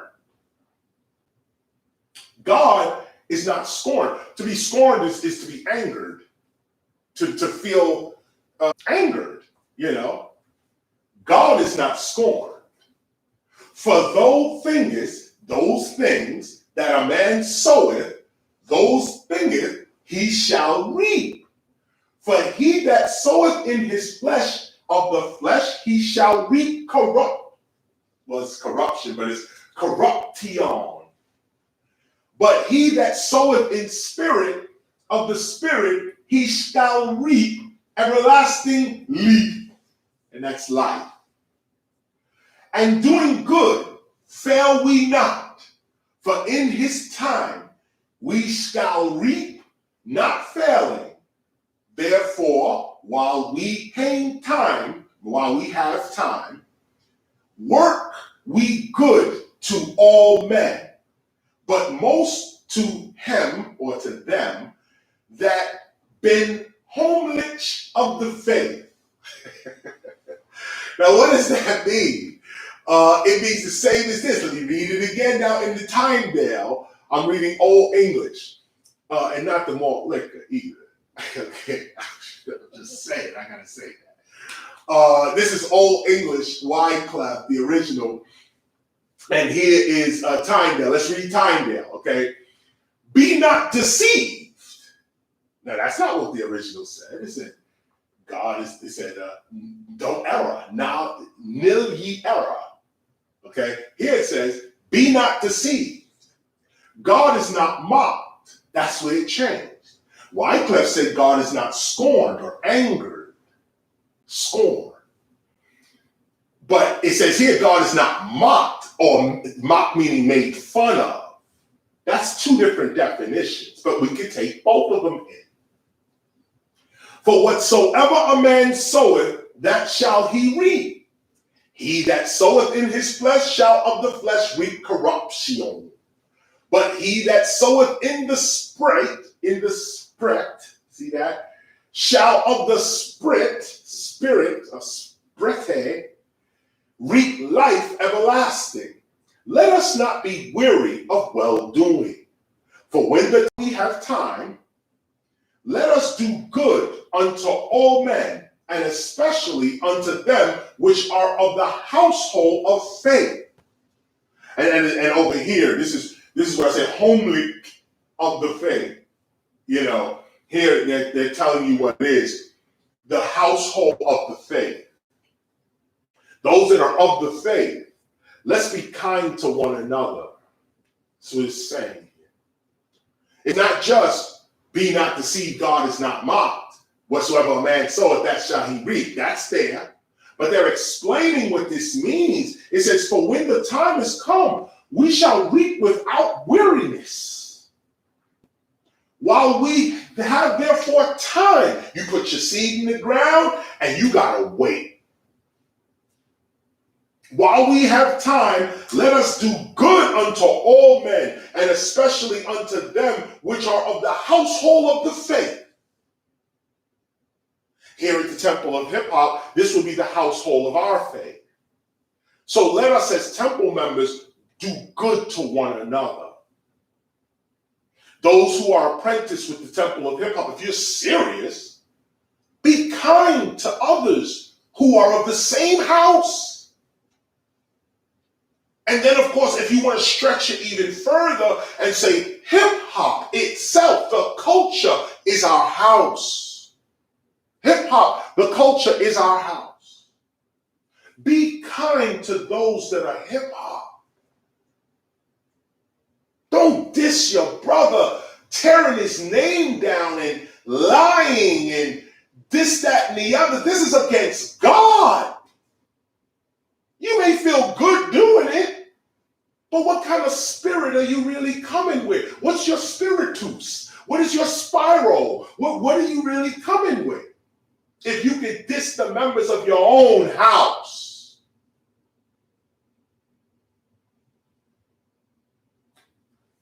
Now let's get to the cranberry. Do not be deceived. God is not mocked. And you can see that coming from time there. For whatsoever a man soweth, that shall he also reap. For he that soweth in his flesh shall he reap. He that sows in his flesh shall of the flesh reap corruption, or corruption. But he that soweth in the spirit, in the sprete, shall of the sprete reap life everlasting. Let us not be weary of well doing. Never get tired of doing good. For when the time is come, that's new now. The time is come. Okay, this is the other one said. This is where's Wycliffe? For when his time we shall reap. Look at this. Let me just point this out for you. Look at the same thing over here. It says, if we fell down, for in his time we shall reap. That could be either in God's time or in the person who is planting the seeds time. The person who is doing good is planting seeds. In due season, Wycliffe is saying, for in his time we shall reap. Now, I would take this to say, as in God's time, we're going to reap. When God is ready, when the season is ready, we're going to reap the rewards of doing good. Here, we say, for when the time is come, we shall reap without weariness. While we have therefore time, let us do good unto all men, and especially unto them which are of the household of faith. One more time. Let us not be weary of well-doing, for when the time is come, and that's different from over here, but when the time is come, we shall reap without weariness. While we have therefore time, let us do good unto all men, and especially unto those which are of the household of faith. Hip-hop is our faith. Hip-hop is our faith. That's what we believe in. Therefore, those who are hip-hop, we should especially be kind to one another and do good to one another. Now, of course, you really should be doing good as a character toward all living beings. But the Bible here is talking about doing good, especially to those who are of your same faith, your same culture, your same house, your same interests. Moving the page, this is the next page now. I'm on the flip side of the page now, okay? Here's the page. Here's the Geneva. God is not mocked, for whatsoever a man soweth, that shall he also reap. For he that soweth to his flesh shall the flesh reap death. Shall of the flesh. Now the death coming in. Okay, that wasn't said before. But in 1557, this got changed. He that soweth to the spirit, shall of the spirit reap everlasting life. Or shall reap life everlasting. Let us not be weary of well-doing, for when the time is come, we shall reap if we not faint. If we faint not. This is now changing. While we have therefore time, let us do good unto all men, and especially unto them which are of the household of faith. Now, I want to bring you here to just make look at 9 again. And it says, let us not be weary of well-doing, for when it is time, for when the time is come, we shall reap if we faint not. Okay, that's very important, because you can get tired of doing good. I'm doing good. I'm trying to help. I'm trying to teach. I'm trying to lift the box. I'm trying to do good by people. And they just want to diss. they just want to play games all day. You can get tired of constantly doing and not getting nothing in return. This is supposed to give you strength, because in due time, you're about to get it. You're going to reap a reward that's going to match what you put in. You've been doing good for 10 years, you're going to get 10 years, 20 years of good. Or something's going to happen that matches 10 years of good. But if you get faint in the 9th year and say, you know what, I'm tired of this spiritual, I'm tired of all of this right now. Nobody around me is spiritual. Nobody's hearing it. You can get tired.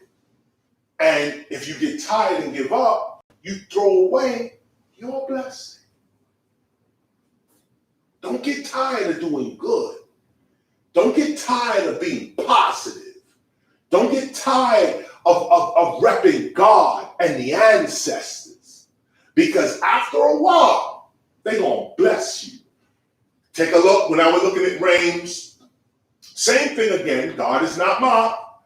For what things a man shall sow, those shall he also reap. For he that soweth in his flesh, of the flesh shall he reap corruption. Now we get the word corruption. You see it change now in 1582. But he that soweth in spirit, of the spirit shall reap everlasting, shall reap life everlasting. And doing good, let us not fail. That's totally different. All right, that's totally different. Look at 9. Look at 9 over here. Let us not be weary of well-doing, for when the time is come, we shall reap. Here's 9 in 1582. And doing good, let us not fail. For in due time we shall reap, not failing. Therefore, whilst we have time, let us work good to all, but especially to those domesticals of the faith. See, now they changing it. Domesticals, people living in the same house. Now we get to now we get to the King James, the authorized King James version of the Bible, which is what everybody pretty much has. And this is an old version of that, because even this version that I'm reading from here is the original King James, or one of the originals of King James, and it too speaks in older English, or previous English. Be not deceived. God is not mocked. For whatsoever a man soweth, that shall he also reap. For he that soweth to his flesh shall of the flesh reap corruption, but he that soweth to the Spirit shall of the Spirit reap life everlasting. And let us not be weary in well-doing, for in due season we shall reap if we faint not. As we have therefore opportunity, let us do good unto all men, especially unto them who are of the household of faith. You see, it went back to household of faith.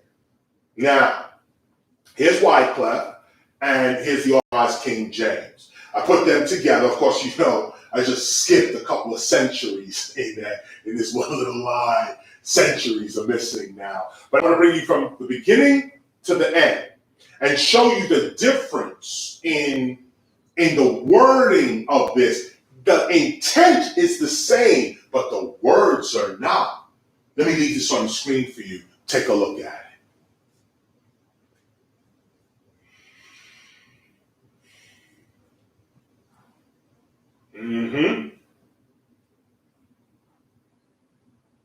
Moving on. So we come back to the original heritage, the original African heritage study Bible. This is the modern version now. This is King James. We're back to King James, and this is the modern version. Be not deceived, of the flesh reap corruption, but he that soweth to the Spirit shall of the Spirit reap life everlasting. And let us not be weary in well-doing, for in due season we shall reap if we faint not.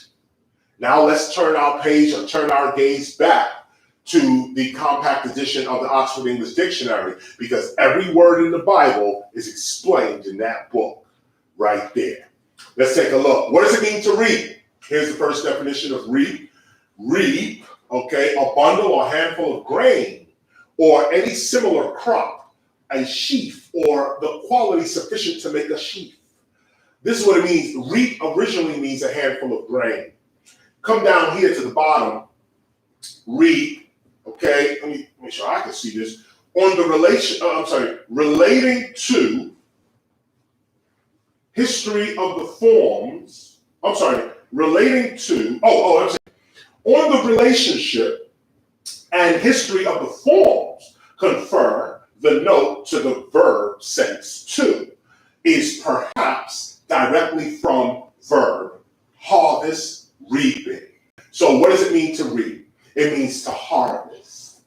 And of course, you see the cross next to this definition, which means that this definition is obsolete. They're not using it anymore. Every time you see the cross down here or the words OBS, it means that English is not using these definitions anymore. But we use these definitions, and it's the reason they're in the book, is so that you can get the correct etymology of the word itself. Even though we're not using the word anymore like this, you still got to see it to know the history. But here it is. The original reap meant to harvest. Okay, reaping. Okay. Here now are more modern definitions. Reap, 3. To get in return, to obtain or procure, especially some profit or advantage for oneself. To gain, to acquire. Okay, that's what that means up there. You see at the bottom here, B, with material object. That's what it means. And this C down here is very interesting. To take away by force. Ooh. Okay, that was, and let me just read 4 real quick before I go back to C. To cut down or harvest the crop or produce of a field, etc. Okay, but come back up here to take away by force, to reap. Okay, that take away by force is also connected to spirit. That word spirit, you'll notice in early American slavery, Africans were spirited away. They said they were spirited away. And steal away. And also the word was reap, bringing you up to the word grim reaper.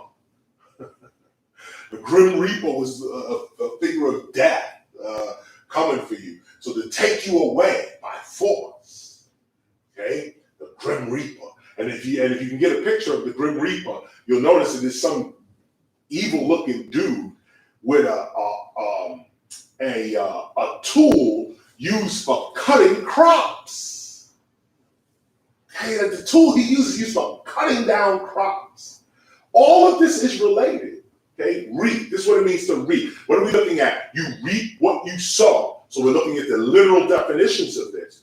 Here's the word sow. Okay, here's all the etymology of it. Da, da, da, da. And down here, to sow, and perhaps this is the Greek word of it. Okay, original. This is the etymology of it. I'm gonna skip over this. I don't need to go over this. I put it up on the screen for you to get the etymology of it real quick. The definition is not here. I'm going straight to the definition. But let me just, for the scholarship and for the history of what we're dealing with. Thank you. For the history of what we're dealing with. Here's the etymology. Here's the etymology.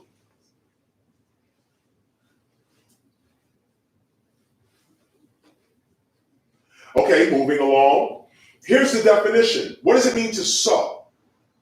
1, to perform the action of scattering or depositing seed on or in the ground so that it may grow. Okay, take a look. And this is all of this too is all of this is the history of the word, how it was used, how it was first used in English language. And you can see this word sow, to sow something, goes back to 825.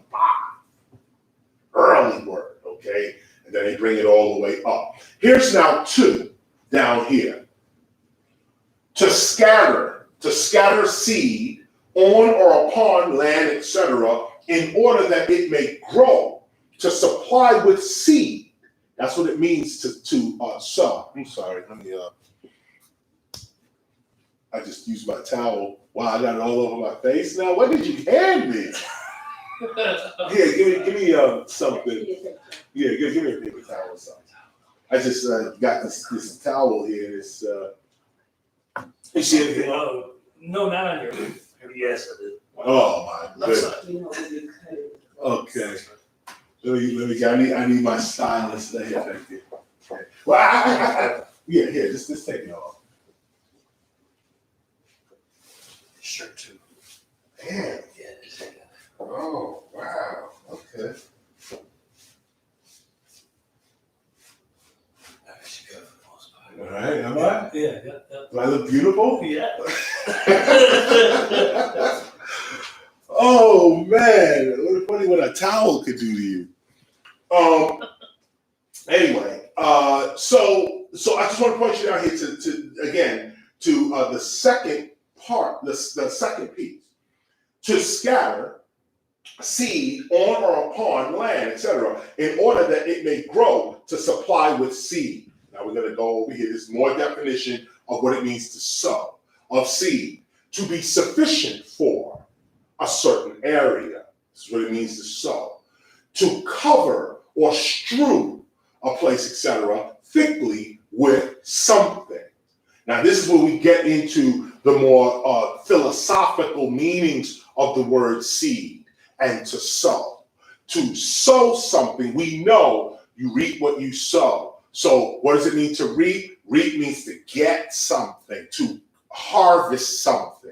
In due time, you're going to reap, okay?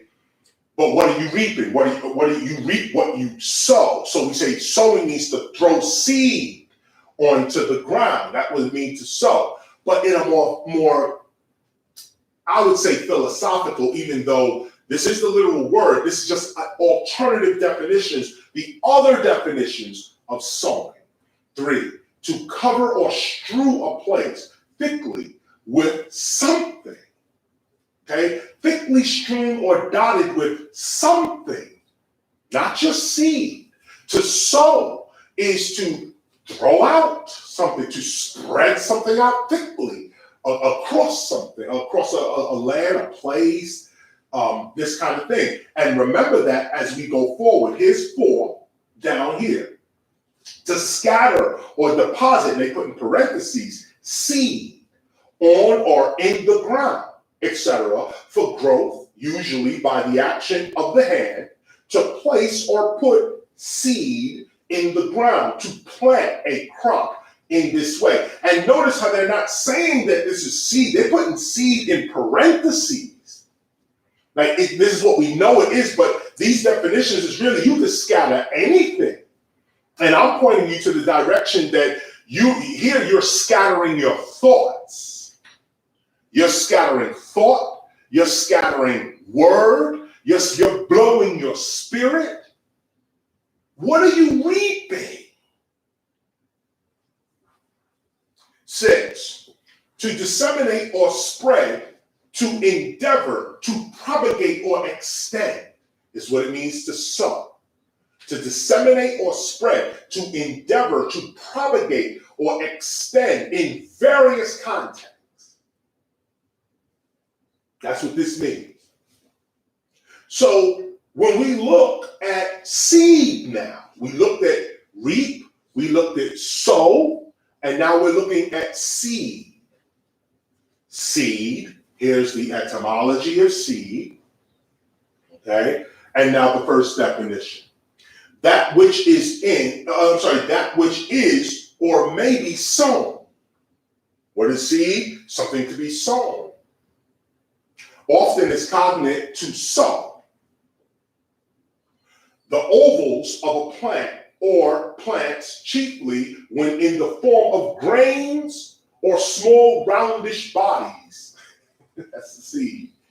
Roundish body that is collected to be thrown out is seed. And we know that seed is, they say it's a round little things that make plants and trees and all this stuff. But when you're talking about the etymology of the word itself, the literal word itself, words like reap, sow, and seed, and sown have they have other meanings. It's not just you reap what you sow. So I got to think only about seeds going into the ground. No, you can go deeper with that. There's a spiritual agriculture that the spirit is eating from. The flesh is eating from physical agriculture, but the spirit is eating from spiritual agriculture, consciousness. So what kind of seed are you putting forward? What kind of consciousness are you putting forward in your field? And not F-E-I-L-D, but F-E-E-L. kind of seed are you putting in your field? Even if you want to say your aura, your force field, your electromagnetic field, what seeds are you putting in your electromagnetic field that you're going to reap? This is seed. Let's look further. Here's seed, a second definition of seed, often with reference to a metaphorical sowing, soil, or the like. The germ or latent beginning of some growth or development. We're going outside now of seed as plant. Okay, this is the germ or latent beginning of some growth or development. Also with allusion to the parable of the sower, applied to religious or other teaching, viewed with regard to its degree of fruitfulness. So right away, we're seeing that in a spiritual sense, in a spiritual talk, seed is not just that thing you put in the ground and makes plants. Seed is whatever is the beginning of something is the seed of it. Moving forward, I want you to see this. These are the other forms of C. C, obsolete form of C and C. Okay? But what I want you to look is down here. Okay, down here. This is seed because this is one of the spellings of seed. As a matter of fact, let me just go back real quick. Right, I want you to see this here. The spelling. You see here? Seed. C-E-E-D and C-E-D. Okay? That is the same as this word here. Seed. Obsolete form of seed and seed. Okay, so this word here, seed, is the same as seed. These are the same basic words. And we're going to get back to that because I'm going to show you the word proceed. Are you proceeding? You know, to proceed doesn't mean just to move forward. To proceed means to also move your life forward, to move your spirit forward. Proceed. I am proceed. Here's the word proceed. And notice this is the oldest definition because it's obsolete. Proceed, the action or manner of proceeding or going on. Proceeding, procedure, course. 2, that which proceeds is derived or results from something. That which is obtained or gained by any transaction. Produce, outcome, profit, not just moving forward. To proceed means that you have an outcome. To proceed is an outcome, it's a profit. It's actually your harvest. It's actually your harvest. Take a look, I'll leave it up on the screen for a minute. Proceed. Even your procedure, you'll notice in the first definition. Moving on. Here's the word pro. Okay, what does it mean, pro? The Latin presupposition, pro, before, of, place, in front of, for, on behalf of, instead of, in return for, on account of, etc. Cognate with Greek, forward, before, in front of, early than. Sanskrit, pra, pray, or actually, yes, pra, before. More remotely related to Old Teutonic, fora, English for and for, F-O-R-E, meaning, for meaning before.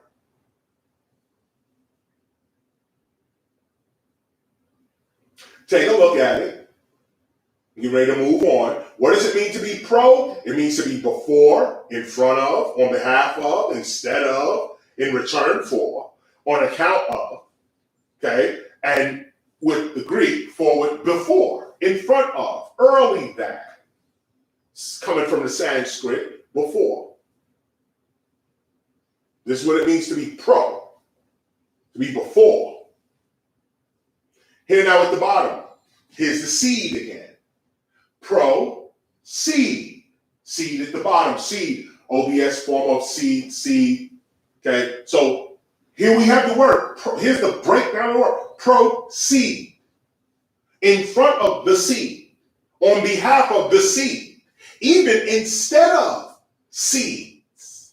To proceed is even instead of the seed. What do you move? What does that mean? You should meditate on that. On account of seed. Forward seed, before seed, in front of seed, earlier than seed. Proceed. So we can see that even this part that's earlier than seed, you can say, what is earlier than a seed? Your intent to throw the seed comes before you actually sow. Moving on. Here's the word sown. And what's interesting here is, I'll just read this, because after you sow the seed, they say you have sown seed. So here's sown, okay, and it says sow, have you here sowing, a particle of sow, first definition of seed, etc. That has been sown, frequent as distinguished from that which has grown of itself.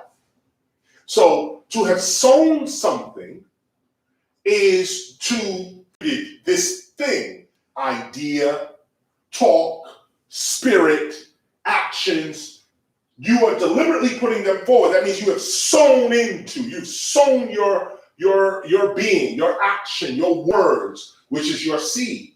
And you've sown that, you put that forward, okay? Different from something that's already there, growing of itself. It was not sown, it was already there. But I want to bring you down here. Okay, let's come down here. Let me blow that up for you real quick. This is the blow up of down what I just did. Look at this. The word sown, the obsolete, the old English version of the word sown is soon and what? Sound.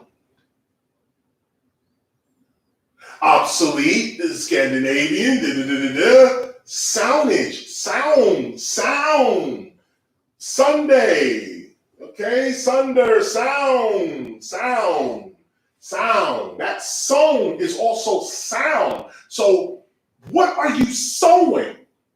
You're sowing your sounds. What is your sound? Your voice.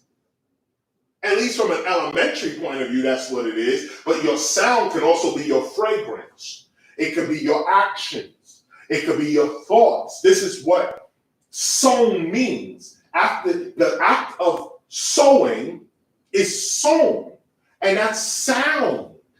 But it goes even deeper than that. Because here we can look at sow again, and it's what, look at the first one, sow, obsolete, first and third singular of seed. Take a look at that. So to sow something is to see, to sow something is to also see, and after it has been sown, it is sound. So what you are seeing is what you are saying. And what you are saying is the seed going into your field that you're going to reap. What are you looking at every day? That's how you sound. You reap what you sow. And we're looking at the words literally. Reaping, sowing, something has been sown. Take a look. Moving forward. So let's look at Galatians chapter 6, verse 7, 8, and 9 again. The point here is to consider the idea that the mind can see. You don't just see with your eyes, you also see with your mind. And here, I put up these two because I want you to see the original here. Okay, be not deceived. God is not mocked, for whatsoever a man soweth, that shall he also reap. Whatever a man sees, he gonna get it. Whatever a man sounds like, he gonna get it. Whatever a man throws out into the world, he gonna get it. Now you look over here, and I just show you again the seed. So you can also say that to sow means to see. So remember this, we're dealing with multiple levels of this. Okay, multiple levels of this. You don't just look at this in only one way. To use your mind, you must speak and understand in the mind's language. The actions and thus the language of the mind are quite different from the actions and thus the language of the body or of society. Quantum mechanics or quantum physics is famous for what is called the double slit experiment, which shows that the observer is part of what is being observed, that the mere act of observing affects what is being observed. The double slit experiment shows that when we are not looking at something, that something remains in wave forms as an infinite possibility.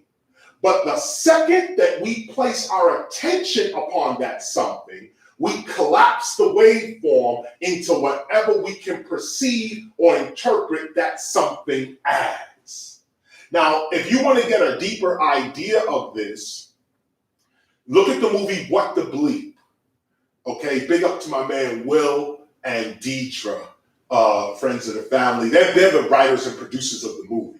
But they're also friends. So big up to them. They were among the first to put this knowledge forward, and we're thankful to them for that. Go watch their movie, What the Bleep. What the Bleep Do We Know is actually the full title. What the Bleep Do We Know? Go check them out. They break this down and can give you visuals of what it is I'm talking about here. Let's continue. Full screen. People say that they rely upon science, but really they do not, because science shows with evidence that the observer affects what is being observed.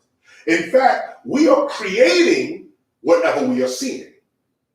Is it not obvious that our mind interprets what we see? That's obvious, okay?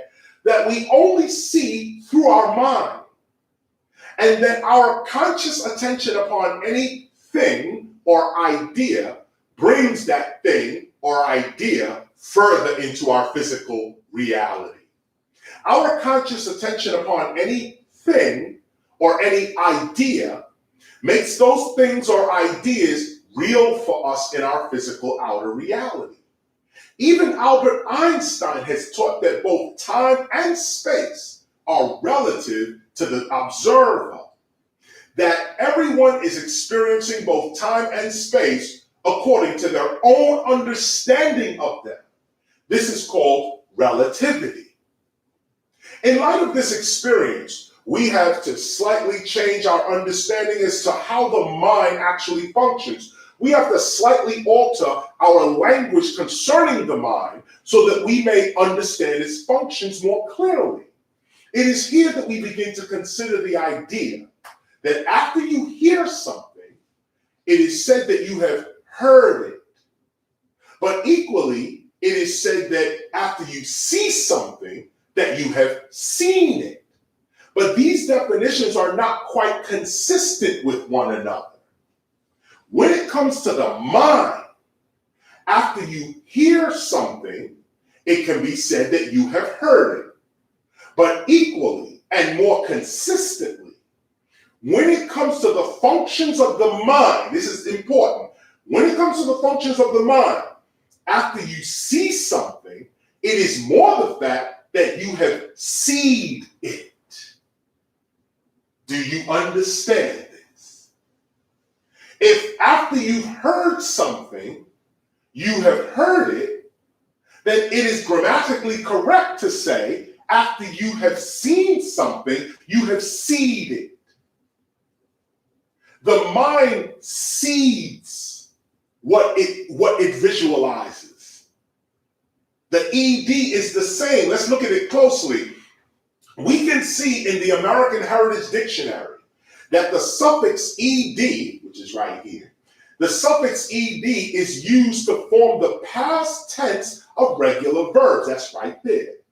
So we can see with grammatic accuracy that when the mind sees something, it sees that thing, but at a deeper level, it also seeds that thing.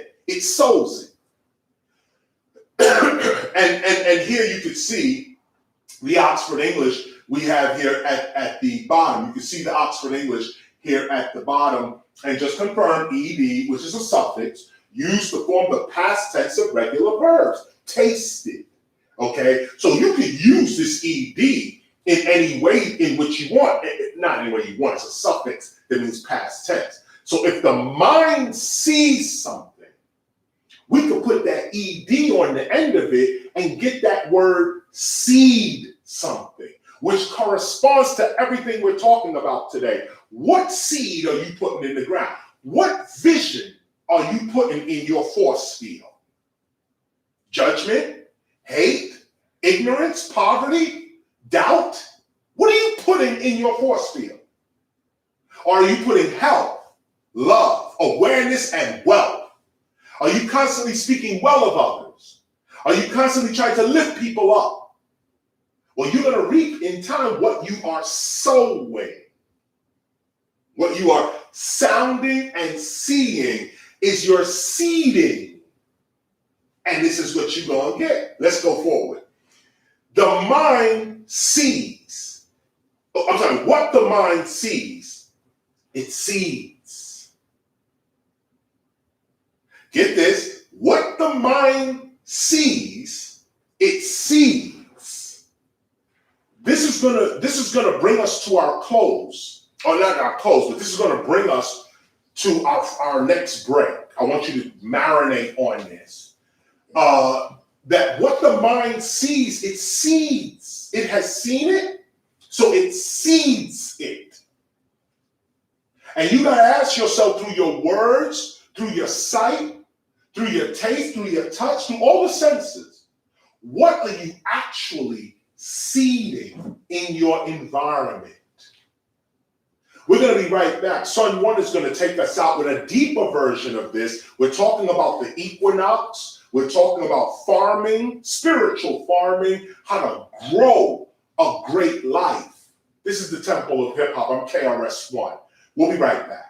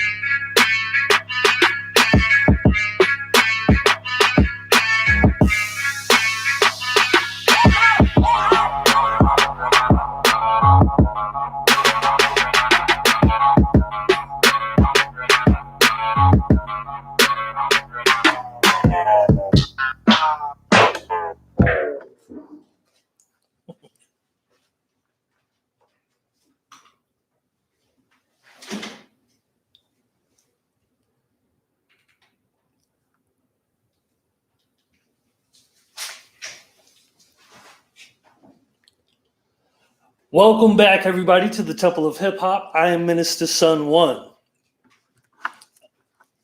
I'm sure you're charged up by now. I know I am definitely feeling the Sprite in the room, the spirit. Crazily enough, what's very funny about that is Minister Pascal 1. We actually had Sprite the other a couple days ago, and looking at it, actually called it Spirit,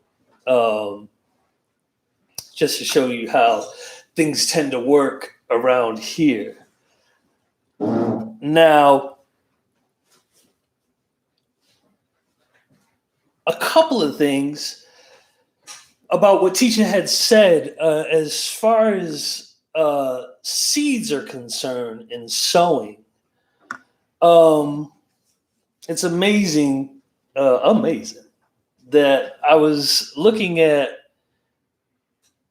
or I just noticed the other day, and I brought it up to Minister Pascal, of how many times the teacher says "see" in the track Hip Hop Forever. It's called The Gift of Patah, where you actually see your speaking. And it hit me. Or obviously I've listened to the song a million times, but it really hit me to the point where I was like, right, this is actually my speaking. I am seeing it literally right now. The whole production of Hip Hop Forever is what I saw, of what I was trying to plant and trying to bring to life, and co-create. I also have a line in the beginning, or in one of the verses, which says, we're going to plant seeds that will grow through all degrees.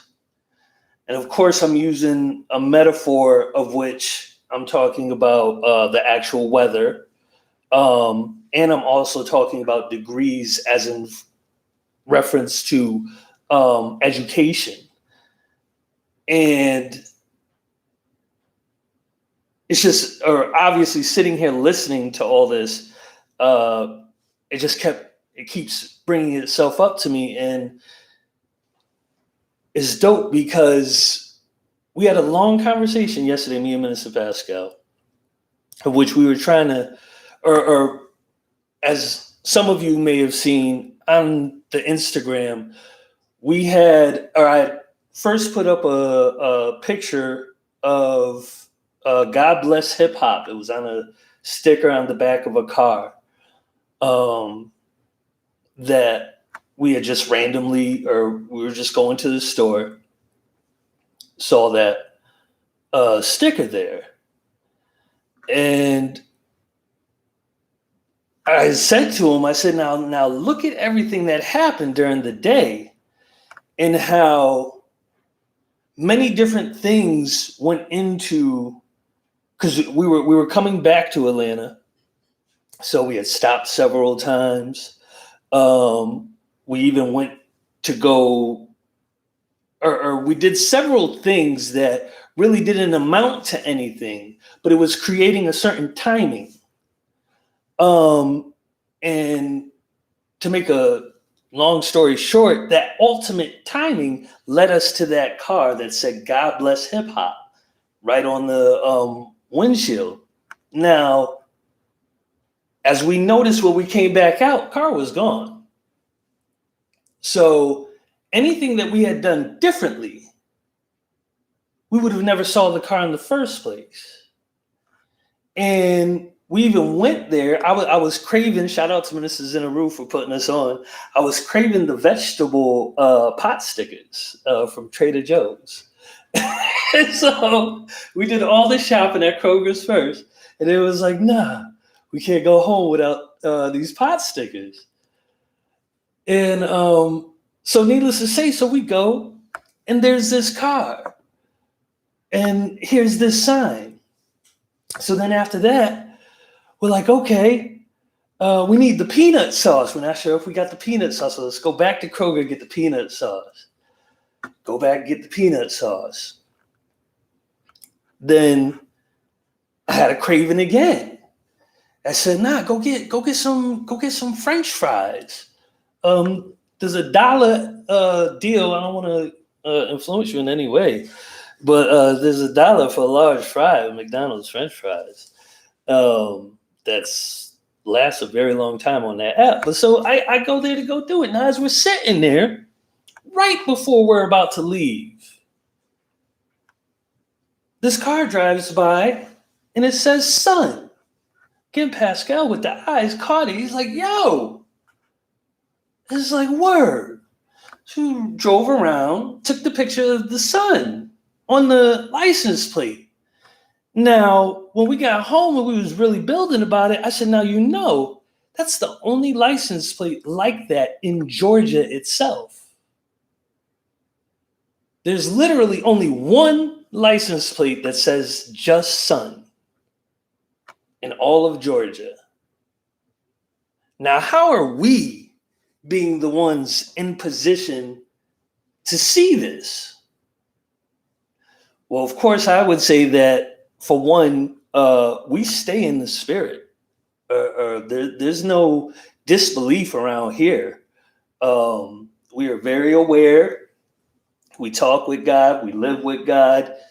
God literally is our reality.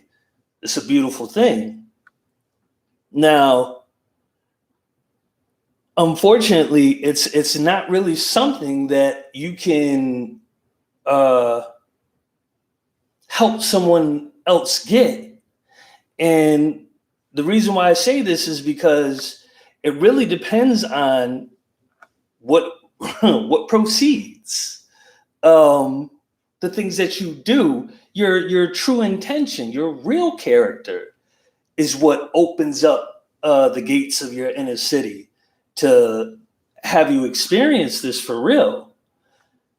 So you can tell a person, but you can't make them do anything. And it is really a personal relationship, I would say, that you're having with the divine that really determines how much this happens. But I've been just very much in reflection of the fact of I'm extremely happy, and I'm not trying to boast, but life is beautiful, wonderful. All praises due to God. All praises due to hip hop. Know what it is. Know what we are really, hopefully, trying to help you to get to yourself. This is the reason, and also this is what we feel is our purpose to do, and that we're not doing it selfishly for self. It's like, no, this is what I feel God really wants me to do. So this is what I'm doing. And from making that choice a long time ago, it's brought me here. That no, every time there was a choice to, you want to do that, or do you want to do what you feel God wants you to do?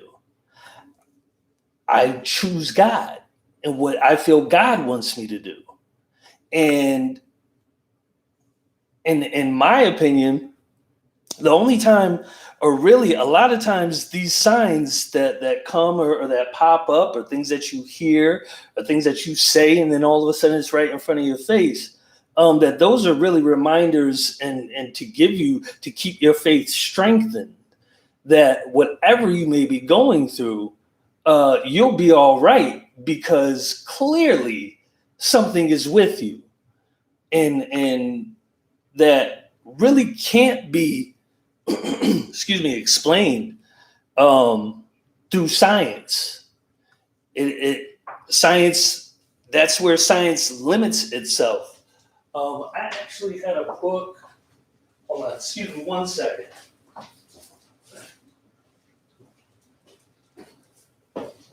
I have this book here, Light from Ancient Africa by Naim Akbar. You should get a copy, and really anything that Brother Akbar puts together. But I was reading this one part of which, well, let me just read it and then I'll explain to you why I'm reading it. We have lost an appreciation for the power of the myth. Our ancient people in Africa for thousands and thousands of years contemplated the vastness of a universe that actually transcended description. As teacher said earlier, you really can't define spirit. You really can't define God. But still, the brilliant minds, they contemplated a reality and a greatness in the awesome reality of God and nature that was beyond the ability to grasp and describe in words. The brilliant minds of those people pursued science as far as it could take them. They finally found that science ran out. They took theology and philosophy as far as they could take them, and they found out that all logic ran out. They said, if we can't put these descriptions into reality, let's see if our descriptions can transcend reality. They found that time and logic occupied space and time, but what they were trying to describe transcended space or time and space. They had to go beyond what was mere description, although the description alluded to the vastness and although the science pointed to the infinite, they were unable to be totally descriptive of the transcendent reality that was known as the infinite. To me, what that's saying is essentially, this is why you have these books that are being brought up, the Bibles, the Qurans, and this, that, and the third, that this is the seed that our ancestors planted, that we can't really describe it, but we will do our best for those who essentially experience the same feeling.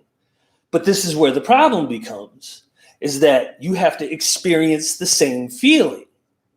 That it really is more, it's like, I know it, but no, there is no real defined reasoning to it or way that it is, except for just my expression as much as possible, which we really don't have those words to really contain it. Very likely because it's not to be contained.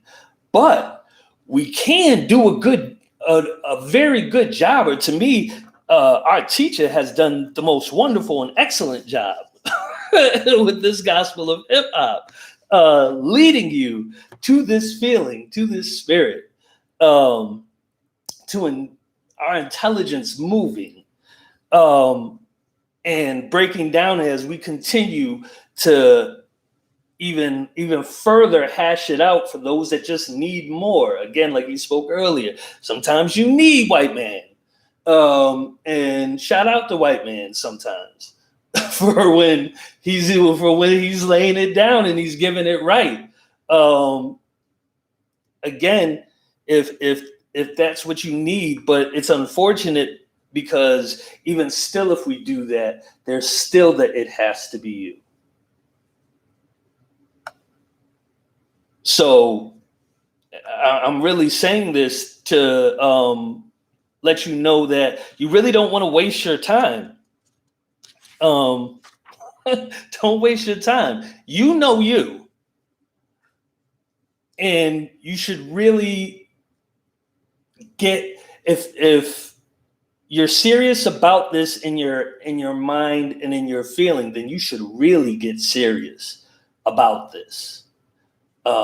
Stop playing games, or you have to understand that what you're stopping yourself from doing is having the universe as your friend, the universe as your helper, as your protection. That's what you're giving up by not taking this seriously.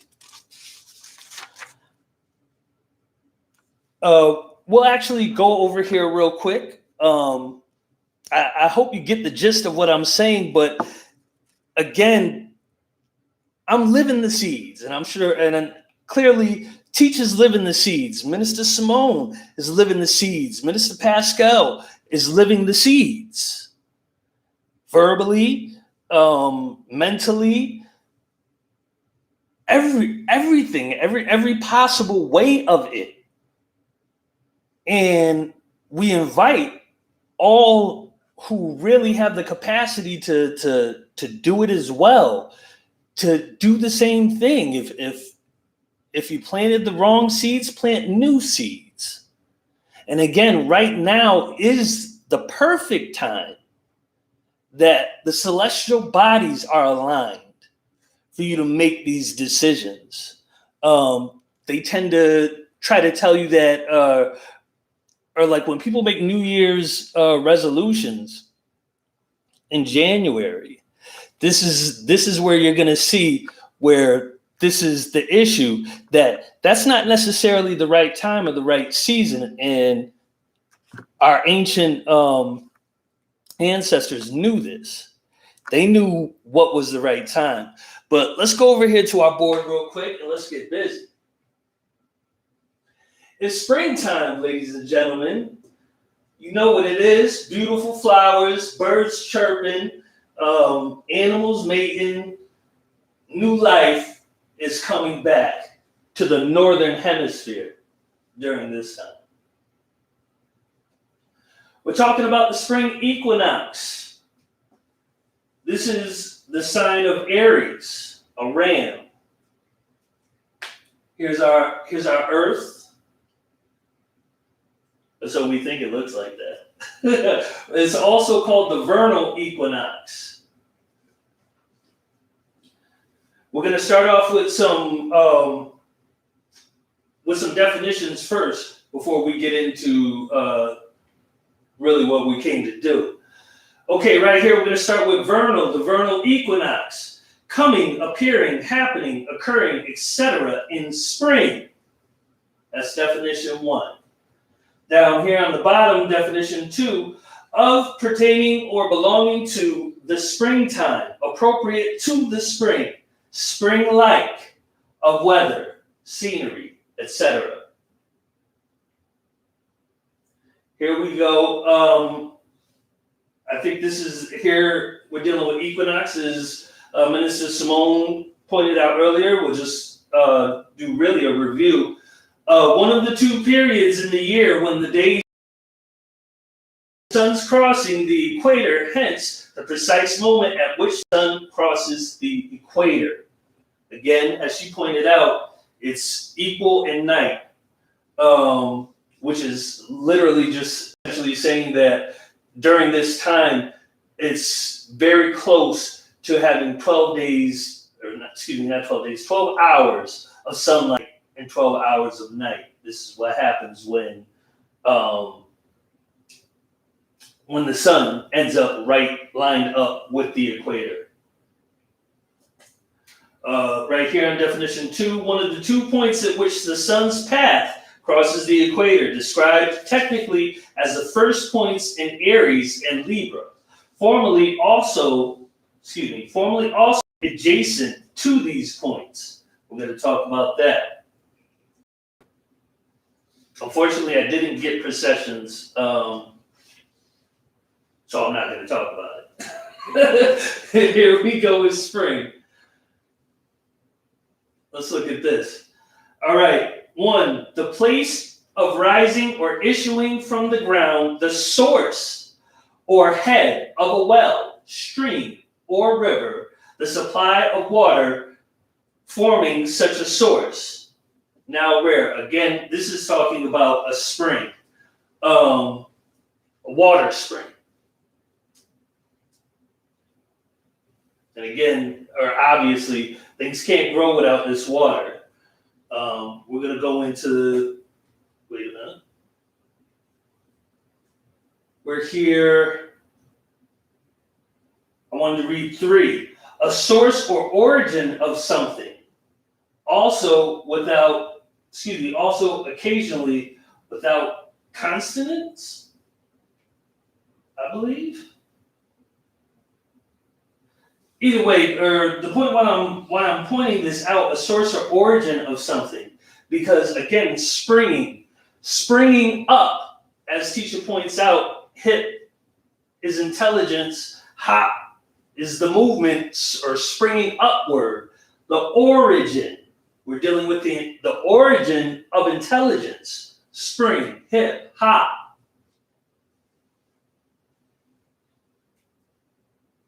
Source or origin of something.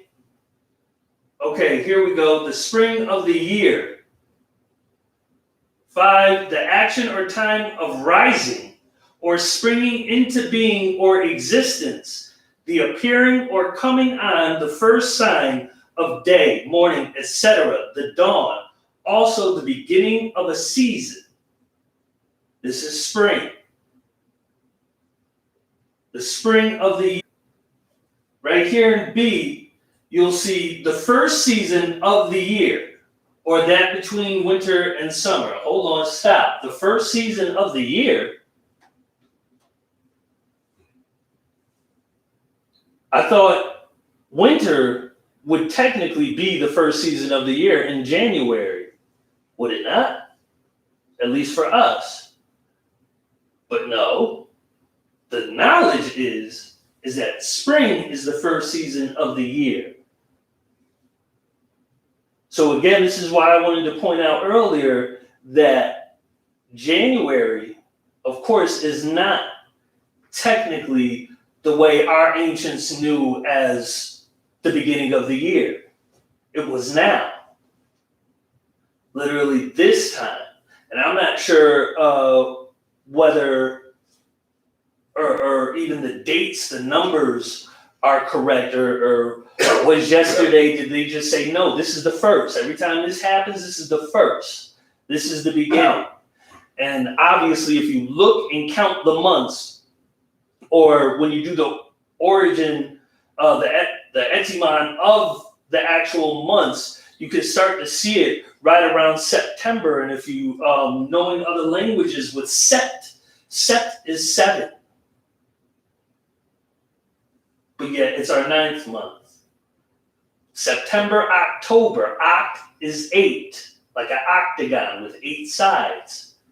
It's 8, Sept, October. November, 9. December, decagon, 10. So again, unfortunately, we're dealing with a colonized education, which is demanding how we see our life, and this is the problem, because then this is what you see. But see, now you also may wonder why a lot of times when you set these New Year's resolutions, it fails. You may want to really wait until now, the time to plant things, as our ancients did. But again, also keep in mind that this is northern knowledge. So anybody below the equator, it's the opposite in a different, really in September. September is the time when you guys should be planting new ideas and this, that, and the third. Now, of course, you can always plant new ideas and whatnot, but and hopefully your intention behind it actually helps it grow. You got to think of the things that seeds need in order to grow, and that really it's like having these ideas and trying to plant certain things and not nourishing it along is also another reason as to why something may not grow to your life. The solstice. This is what's in between the equinoxes and solstices. One or the other 2 times in the year, midway between the 2 equinoxes, when the sun, having reached the tropical points, is farthest from the equator and appears to stand still.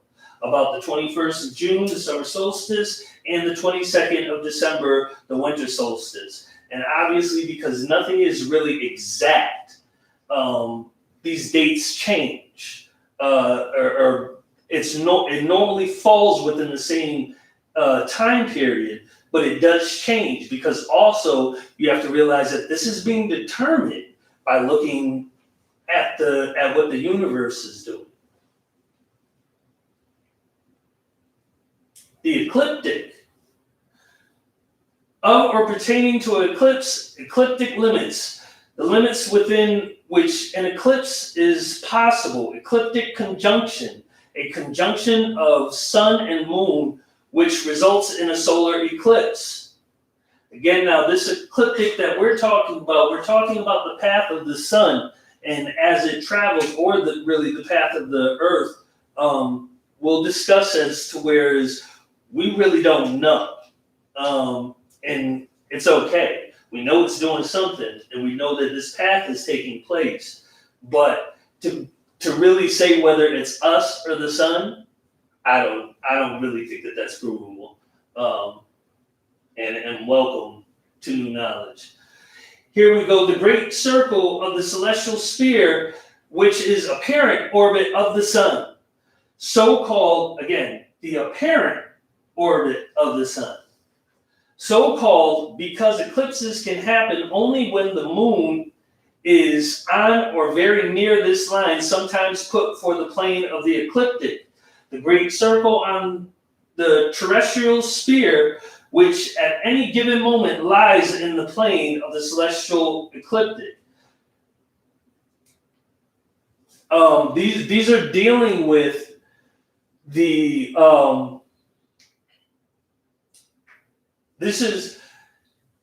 they didn't really put it there, or they kept it with the moon, but really no, this is having to deal with the sun and any other body, or really any two celestial bodies. So it could be Earth and the moon, the sun and the moon, or the sun and the earth.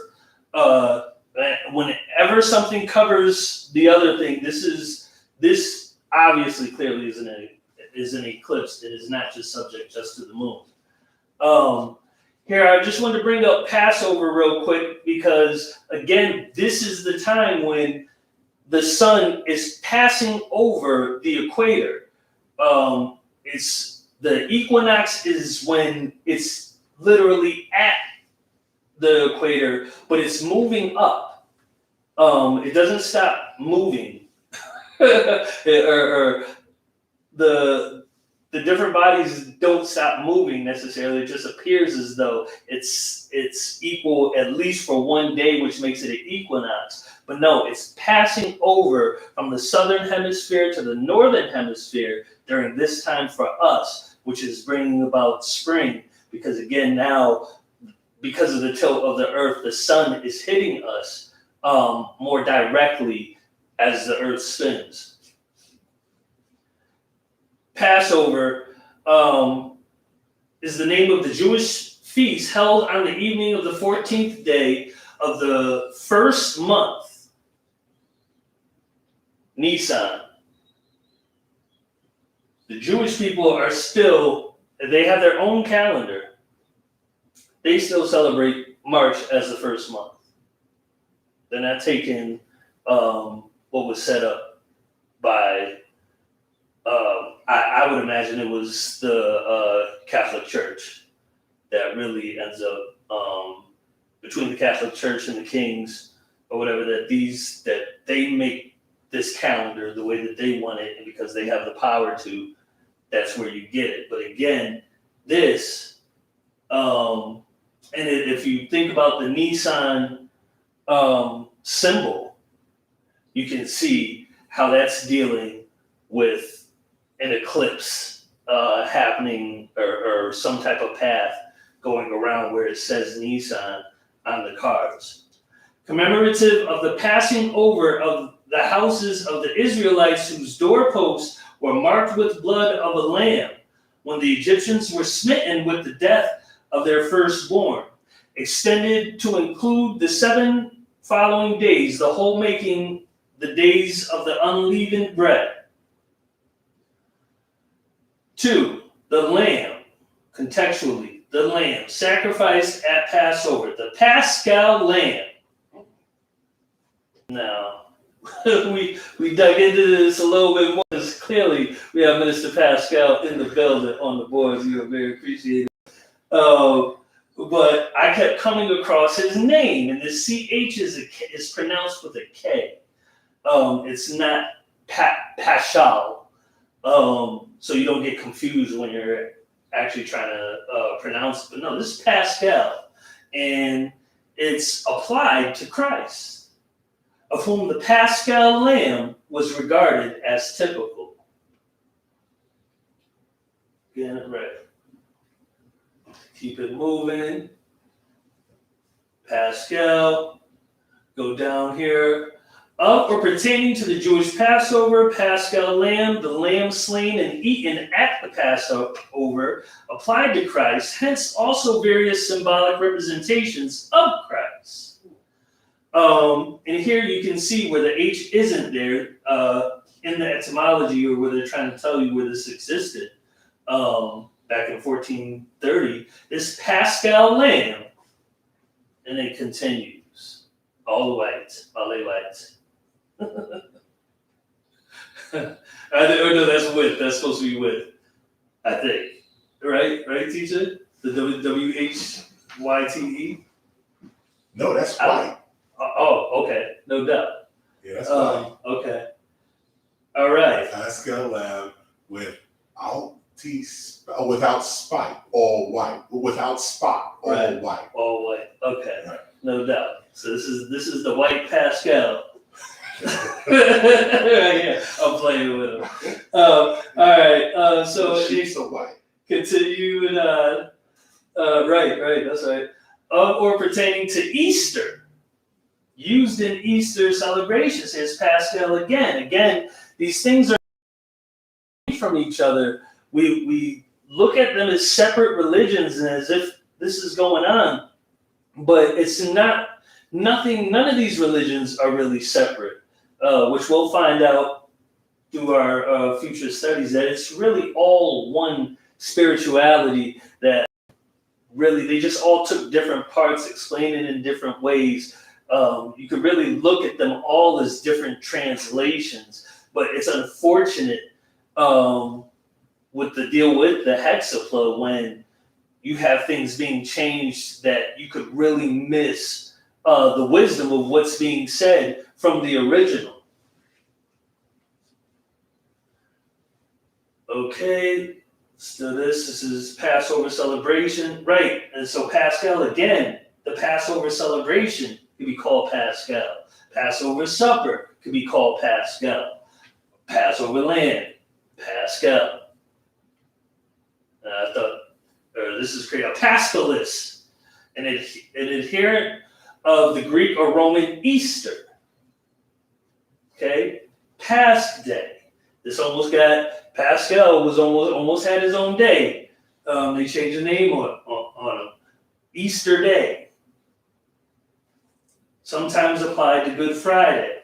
So again, they're all using this word, Pascal.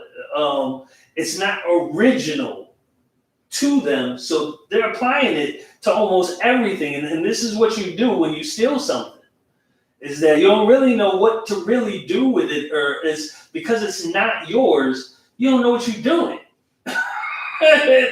When you take something that's really of a higher knowledge, and you don't respect the teacher that brought it to you enough to really find out from them that no, you just took it, that then you start misusing it and really confusing it, so that it's hard to really understand or why it goes through all these things. Why does it have all these meanings?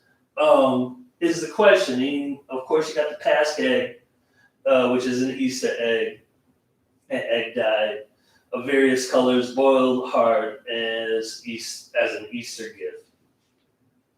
And we'll get into why we even have those eggs again. I brought the vernal back real quick. This is not our lesson today, but at the request of, or special request of the teacher, I had to just show this real quick. Vernal.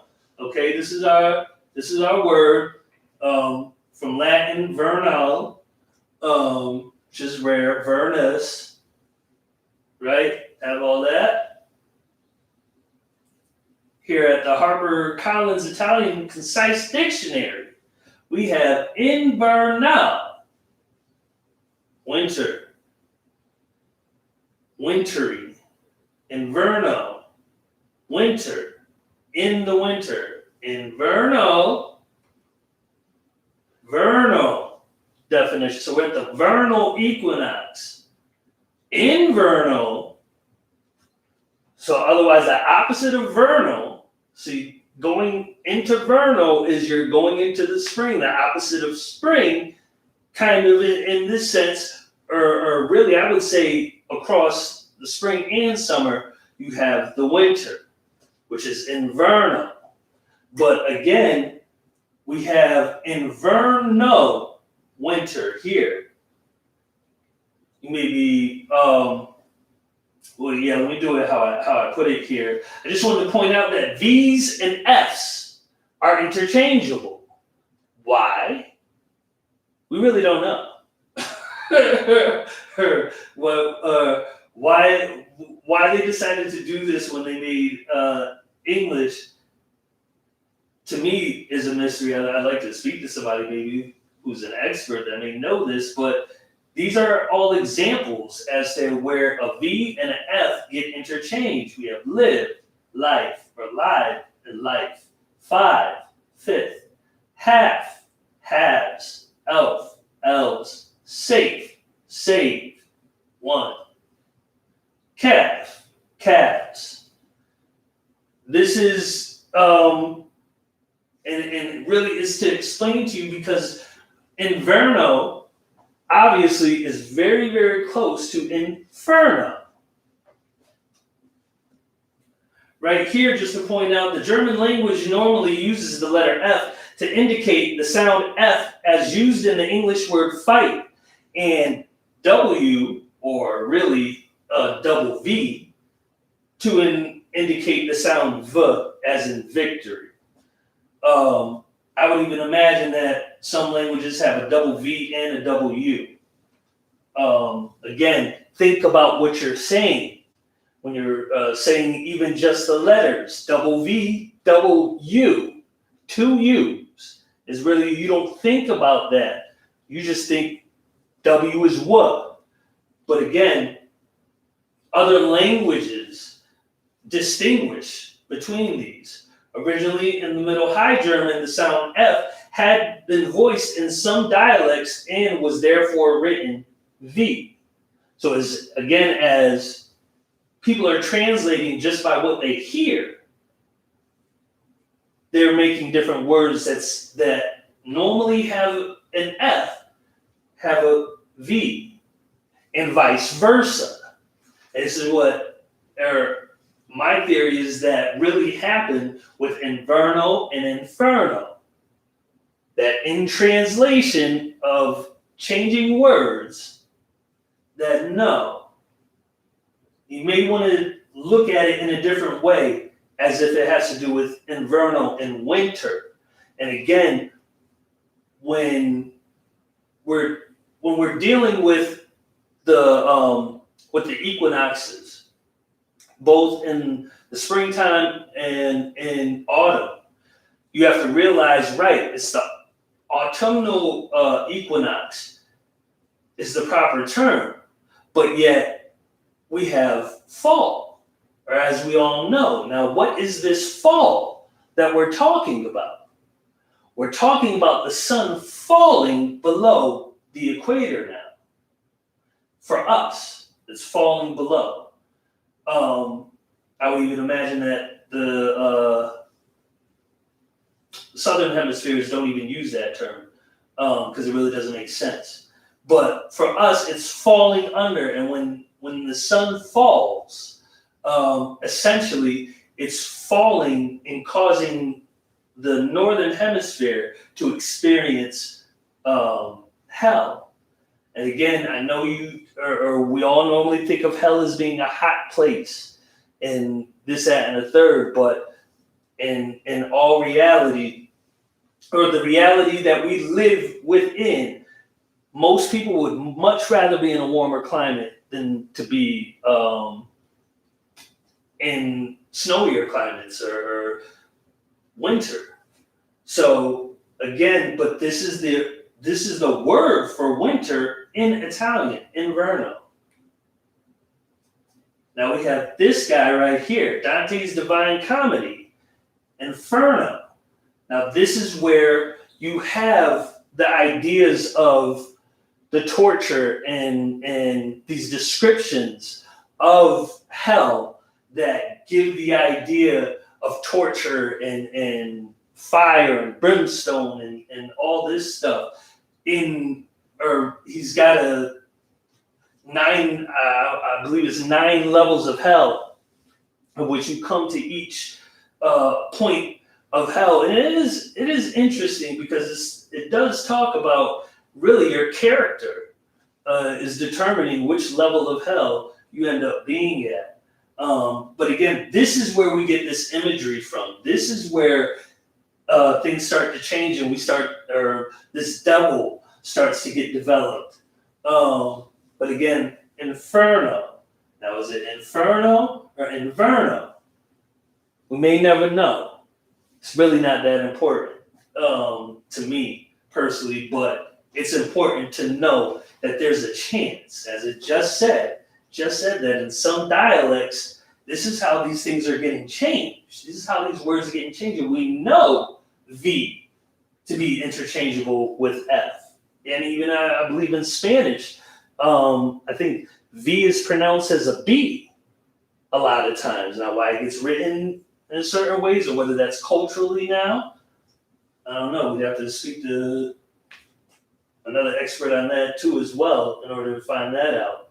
But here, continuing on, we're dealing with the solstices and the equinox. This is what you can look at as kind of of what it looks like, or the wobble, and how when it comes down, you see this is the point where it meets. Right here and right here. On the other side is where it's spreading apart, but this is supposed to be the orbit, and essentially, it's really everything's going like this and back like this at separate times, and it's creating this wobble but we don't really know, and to me, nobody can tell me that they really know what's wobbling and what's not. Obviously, it's different when you can have something in your hand and you can see it wobbling.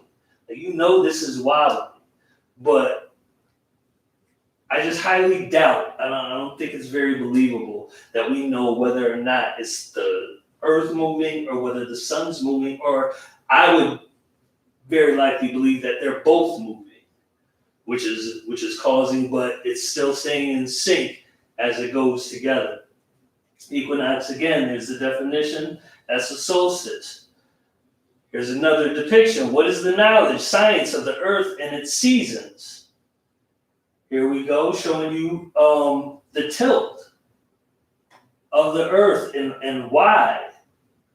But as you can see, this is the celestial equator. Here's our regular equator part. Or no. This is the equator going across the earth.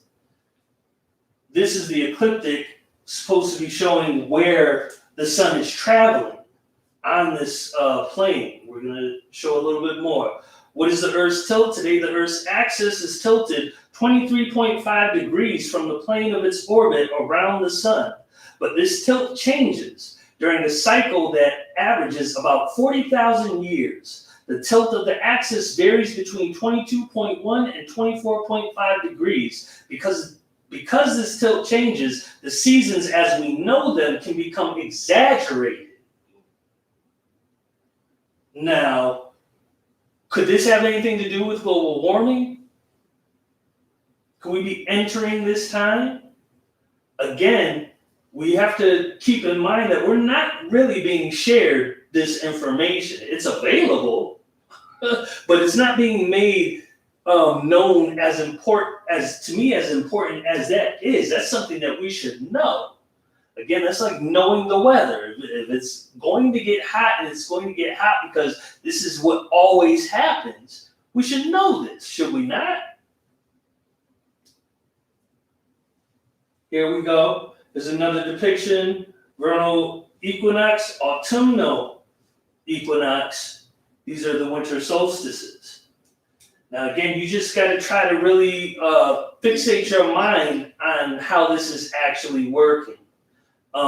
Because, in my opinion, a lot of the descriptions of how they're really doing it, I've even heard, or I watched several videos of people who are experts on this that say it really doesn't make sense. You just got to try to use your mind to figure out how it makes sense. But again, even with them saying of how fast the Earth is rotating and everything seems a little weird, and maybe you should be sat down with some real thinkers to really try to figure out what's going on. But again, with all the problems in the world, is this even totally that much important? I don't know. Or that's a matter of opinion.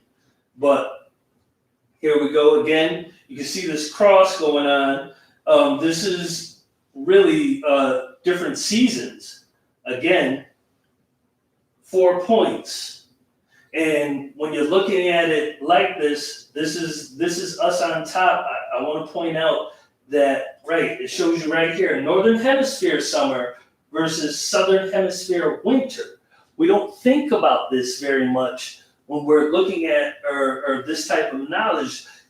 It'll normally hit you as though this is happening to everybody, but no. Know that as you're having your spring, the winter is having its fall. And it's just really the complete opposite below the equator. Again, just another look. You can see this is right. See now it's down here versus autumn up top. Again, to show you with the months as it goes around. Northern autumn, southern spring. Northern spring, southern autumn.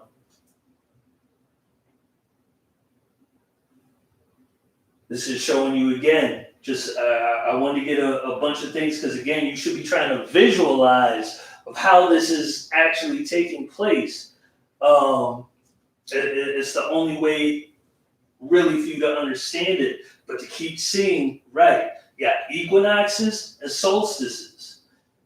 It's always, it's flip side for the northern hemisphere and southern hemisphere. And it just switches back and forth. Again, the seasons. This is why it's happening, because the sun is tilted. And depending on which part of the sun, which you would imagine that this is the hottest part of the sun, because this was always the closest. So depending on the tilt and where the rays, how far the rays have to travel in order to actually hit the earth, determines on how hot that it's actually creating in temperature. And again, note that this is not the scale, clearly. The earth is 1,000 times smaller than the sun, we think. Tilt of the Earth's axis. Seasons are caused because of Earth's axis is tilted, and as Earth revolves around the sun, different parts of the Earth receive more direct sunlight, summer, while others parts of the Earth receive sunlight that is more spread out, winter. 3.5-degree tilt and the revolution around the sun. It's another look.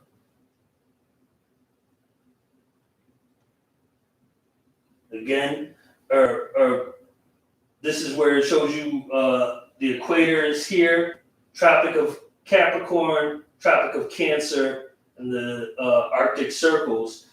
This is good to know about. We're not going to get into this right now, but like where we exist ourselves. Well, actually, no, I'm thinking of me being up north. But no, we're kind of more towards the Tropic of Cancer. Even in Georgia. If Earth had no inclination tilt, If Earth had no tilt, then the sun's energy would always hit at the same angle at places, thus causing no difference in temperature throughout the year. This is partially incorrect, but this is the way it's being taught. Because again, you still have to take into account rain, clouds, the sun. Now you already know. For some places, if the sun's out, it's warm, no doubt. Soon as it's covered by the clouds, somehow it's freezing, depending on where you are. So that's not all the way correct. And again, this is a problem when really teaching and just saying, no, this is it. And it's like, no, a thinker, or really to me, somebody with hip hop sight or in hip hop's mind would be like, no, there's no way that would happen. We get what you're saying, but that's not, or it would be better better taught if you just said it correctly, or just said that, except for, or threw in the except, like give the whole story, the whole vision, so that the mind can really imagine what's being said when you're teaching something. This is the miles I did, or I purposely got this because it shows for our people in the UK, and that use that other measurement, that it has the miles and the kilometers up top.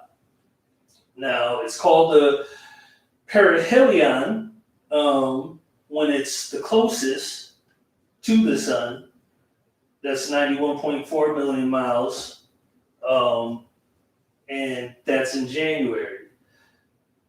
The aphelion is the farthest we're away from the sun, which is 94.5 million miles. Now, here comes another question, which says, okay, well, how come when we're over here, if we're that close, why isn't it hotter in January? And why is it hotter in July? But again, this depends on the tilt, or where you're located on the tilt. But this is something really that doesn't make sense. Dr. John Henrik Clarke, I remember him saying this, that says, nah, you're saying that the sun is hot. Then what sense does that make, that when we're the closest, we experience the winter? But again, it is different because of this tilt for the southern hemisphere. But then with that, if the sun is constantly, or the earth is constantly turning, this is where I know you flat earthers would have a ball. You're like, because the earth is not round. I can hear y'all screaming at the computer right now. That it's really something different. But again, this is where, no, the science does not necessarily make sense. And we have to admit that. I would love for a good explanation that makes us all understand. But again, this is where the flat earthers come in and say, right, it doesn't make sense. So it's got to be something else. Who knows? Showing again. Again. Okay, this is the ecliptic. Again, you're saying that the Earth is going around the sun. It's locked into the sun's gravitational pull, essentially, along with all the other planets. Just like the moon is locked into our orbit. But the sun, as it travels, is doing this. It's going on this wave. So as that does that, simultaneously, apparently, it's waving along the earth as well. You got to take that, just try to imagine what's happening in your mind. Again, I feel as though our breaking move like this is really the most, makes more sense to me that is actually doing this as it travels around. And again, these are made up too. Obviously, I mean, sometimes it looks a little better than this, which you can see it look better. But all these pictures, they don't have any real pictures of space like this, or of our planet, or proof that can show that this is what's happening. But what we do know from what we can see ourselves is that the traveling of the sun going through using the signs, the zodiac signs, make it a little easier for you to understand the traveling of the sun, because what essentially is happening, you can see this is February over here, and they got February over there as well. That's the meeting of it just coming around. You got to imagine it being a circle. But so what's happening is when the sun essentially gets in front of these signs, that then you can no longer see the signs. And that this is why the stories essentially say that the sun essentially becomes Pisces when it gets into Pisces. The sun becomes Aries when it gets in front of Aries, because again, the sun you got to imagine, we're here on the earth. The earth is here, and this is where the sun is going. And so as it gets in front of Pisces, it literally blocks out Pisces, and you can't see Pisces. And then it gets in front of Aries, and it blocks out Aries, and you can't see Aries. And so that this is determining, or this is why they're saying that, okay, when you get through these places, that this is the sun and how it's traveling through these different houses, as they're called, or each constellation is called a house. And we'll possibly, or no, we'll get into a lot more of the terminology, but you'll end up seeing how a lot of this stuff ends up relating or sounding very much like different spiritualities, as it has deacons. It gets very weird as to how this really gets shunned out, but yet a lot of the terms that have been used forever, if you look them up, are normally pointing to the zodiac, but have been adopted by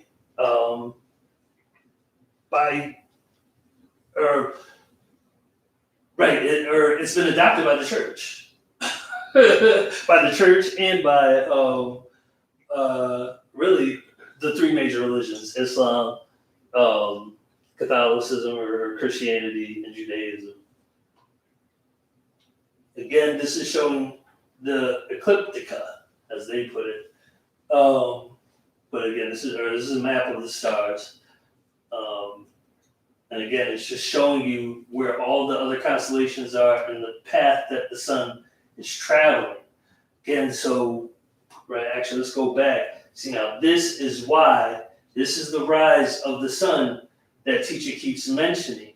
That when we get around here, it's reached about its tip, and then it's going to start descending back down. But again, this is from the northern hemisphere's perspective. The southern hemisphere would see it the other way, is that no, the sun is rising back up to us. So now we have to deal with the philosophical questions of what's up and what's down, what's north, what's south, what's west, what's east, really. Very likely it's really your perception and what you see. And just to show you or how they're saying it. So you got a picture, here's the earth, here's the sun, and it's going around like this, but it's really going around like this. Almost like that, the carnival ride. I don't know the name of it. It's probably actually called the ecliptical, something like that. But the ride in the carnival that goes up and spins around, y'all know what I'm talking about. that's essentially what's happening, or what they say they believe is happening. If you look at old maps, it's always there. It's always there. There's a sign of Aries right there. It's small. It's hard to see. But again, these are old maps showing you the path that the sun takes when going around the Earth. But again, it really would seem as though the Earth is flat. We won't go there. Here, and I'm not a flat earther, so I accept and love, or am okay with the fact that I don't know, and I'm good. Again, these are just different examples. Here it's showing you the breakdown. Again, when it falls, this is where they say that a lot of the stories, or a lot of the myths, Jesus, everything tends to descend into this thing that we're calling hell.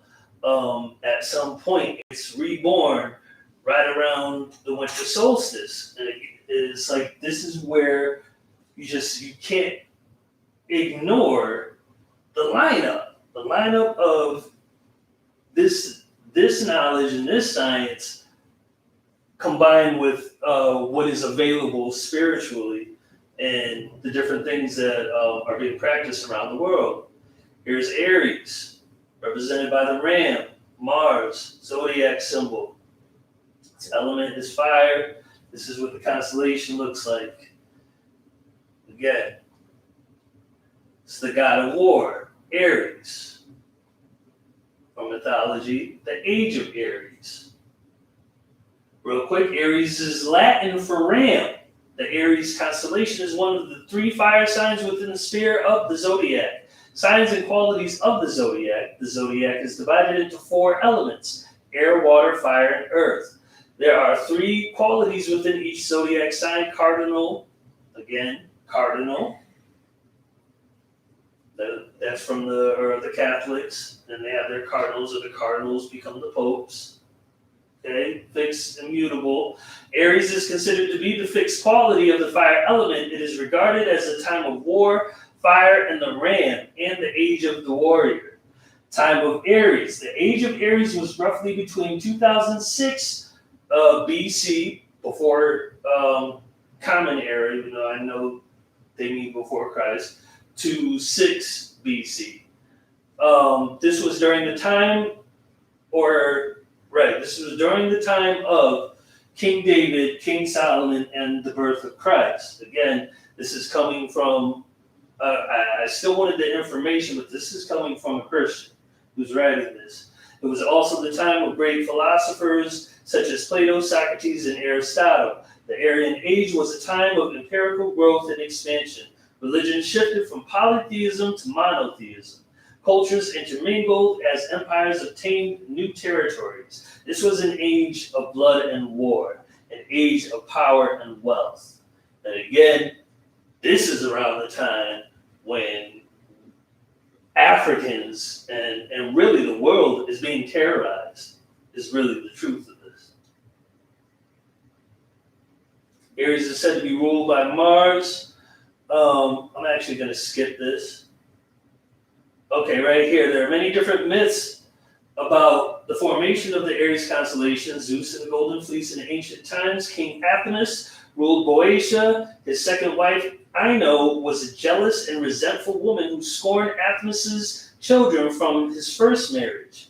Ino devised a plot in an attempt to kill Athamas's children, Phrixus, son, and Helle, daughter.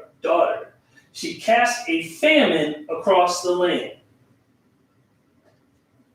I purposely got here because I want you to see where normal stories around this time have something to do with people starving, trying to get to somewhere else to essentially root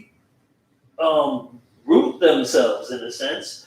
But there's normally something to do with people starving. As you know, They had to have miracles for in the Moses story of the Jews leaving and wandering around in the desert. And again, famine always seems to be there because this is the time to plant seeds. This is the time to remember to plant seeds and physical seeds for this part, to let you know, because people will starve. So they're warning about something that happened in a period of time. It said, no, we messed up and people were starving. And if only we had this story or this knowledge, then we could remember that, right, during this time, it's time to plant, and so that people won't forget. King Athamas suffered alongside his people. He consulted an oracle about how to end the famine. I know out and falsified the oracle's letters to the king. She told her husband that the oracle said to sacrifice his eldest son, Phrixus. Sound familiar? The king, thinking of his people, went to Colchis, where he would remain safely away from Ino and her schemes. Phrixus sacrificed the ram to Zeus, but saved the golden fleece and gave it as a present to the king Aeetes of Colchis. The fleece would later be stolen by Jason and his band of Argonauts. So, thankfully, Phrixus got to live. You can find the Aries constellation between the constellation of Pisces and Taurus. Just keep it moving.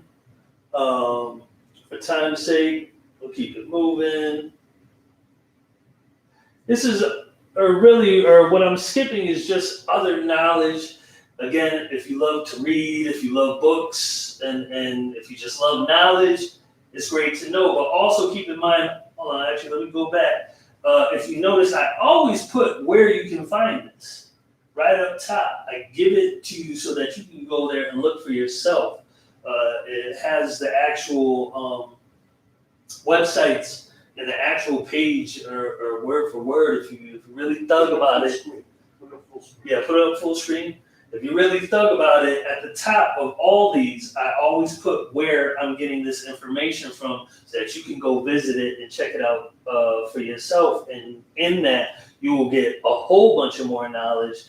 But again, we're just trying to pull out that which we need to know.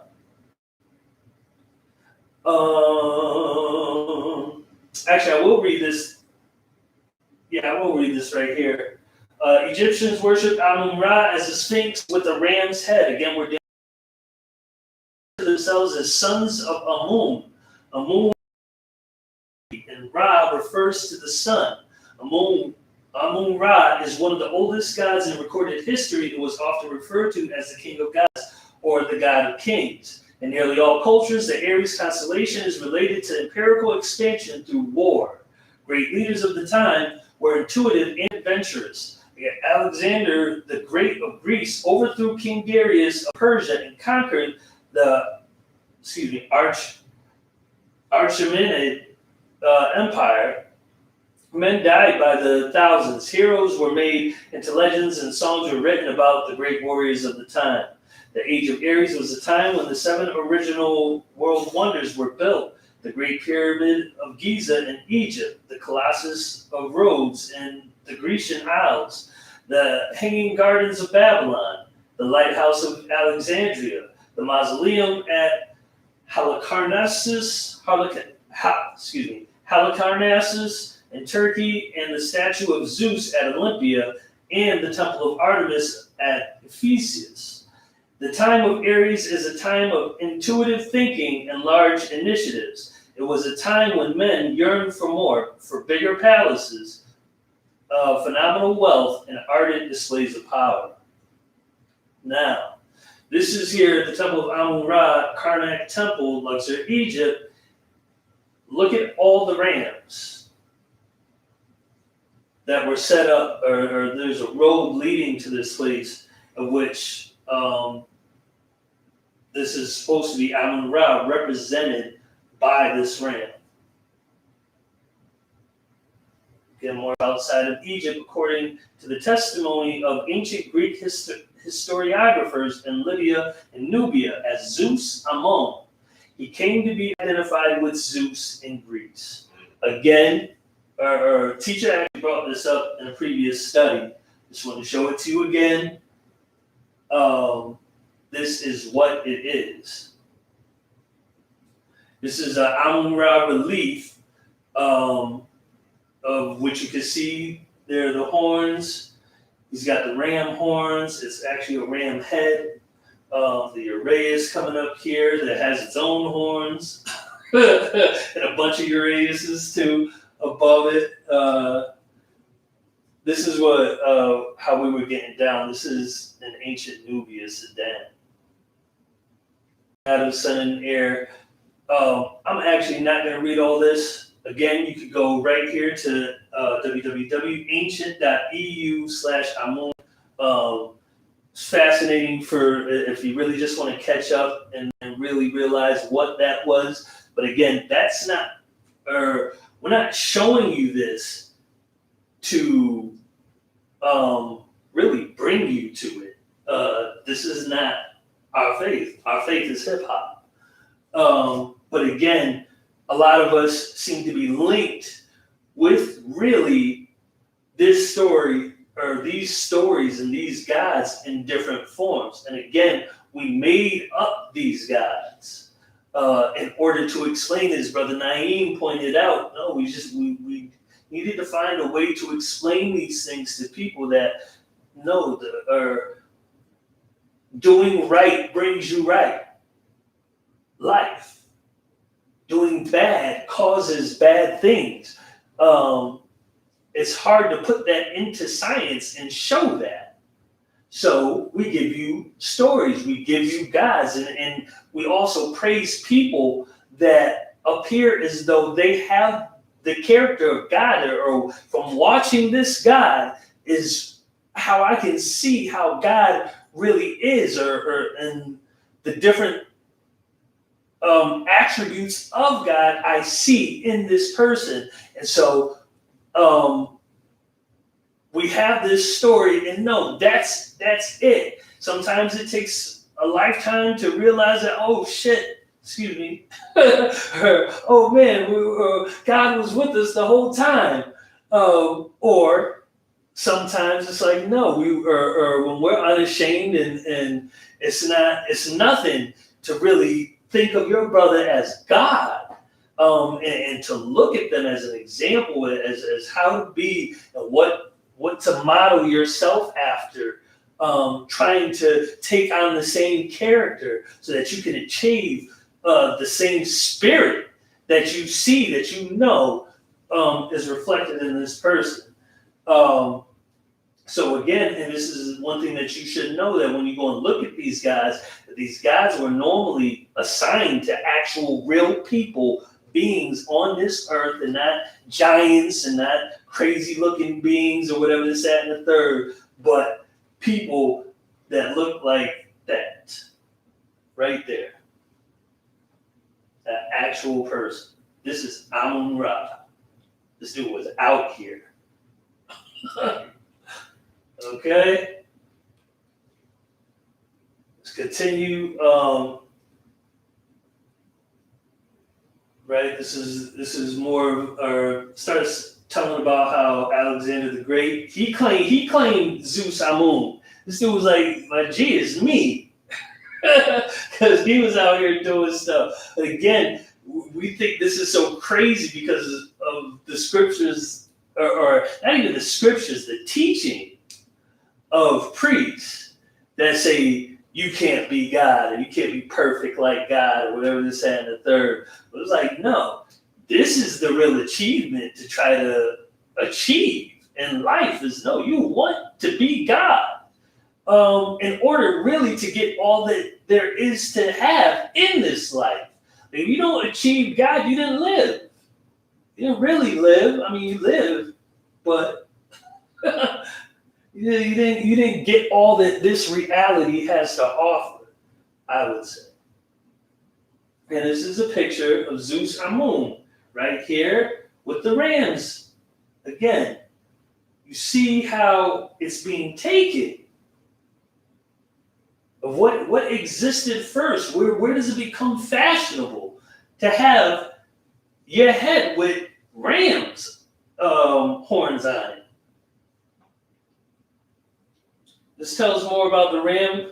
This is at touregypt.net, features stories of ram. This goes into really where what to show you what you're seeing. I will read this real quick. Ancient Egypt was famous throughout the ancient world for its many varied gods and goddesses, as well as for their worship of animals, or correctly, animals as manifestations of gods: bulls, cows, cats, dogs, geese, crocodiles, and even scarab beetles. Along with many other animals, were the objects of such worship and embodiment of gods. Some animals, such as the Apis bull, or actually I think it's Apis bull, seem to have been worshipped specifically in their physical animal form. They might have been seen in a very similar manner to the single statue of a specific god in a temple's shrine, being the earthly manifestation of that god, which in the case of the Apis bull, there should be no R, it's Apis, was Ptah.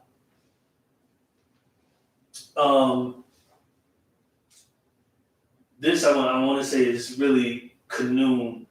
But again, I'm really just trying to show you that they keep getting these horns, and where these horns are, and why they look this way, and that it is really the Apis bull and ram. This is why they have more than one set of horns. Again, ram's horns, Apis bull horns.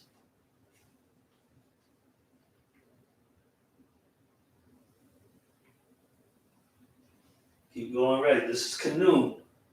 Again, Khnum really, if it interests you, go and find out who these are. But this is the early archetypes of these things, and I'm really showing this to you so that we can really get to, all right, this is the road again of where you would enter the temple, lined up with all these rams and essentially representations of Amun-Ra. Here, I do, well, no, let's just say this is Kirti, right, or perhaps charity, very possibly where we get the word charity from. But this is a god, again. Do we know that these are even really different? Because they look the same. They look the same, but the temples are being dedicated to different people. But again, we're known to remix things all the time, make it new again, bring it back. And so you'll see that these look very similar continuously. Then you got this. Now notice, again, see the circle? Of course they try to get you to concentrate on the star, the upside down pentagram, but don't be fooled by what they put in front of something. Be not deceived. Right, be not deceived. You see that circle, you see that circle. You see these horns and the other ones, the other horns that stick up just like that. And you know that's Egyptian. God is not mocked. And they just changed it to a goat head. Again, I guess trying to get you to not notice, but this is where we have to deal with intellectual laziness. Read a book. You can start searching out your stuff. Again, just want to show you different examples. And also know that these are also representations of people.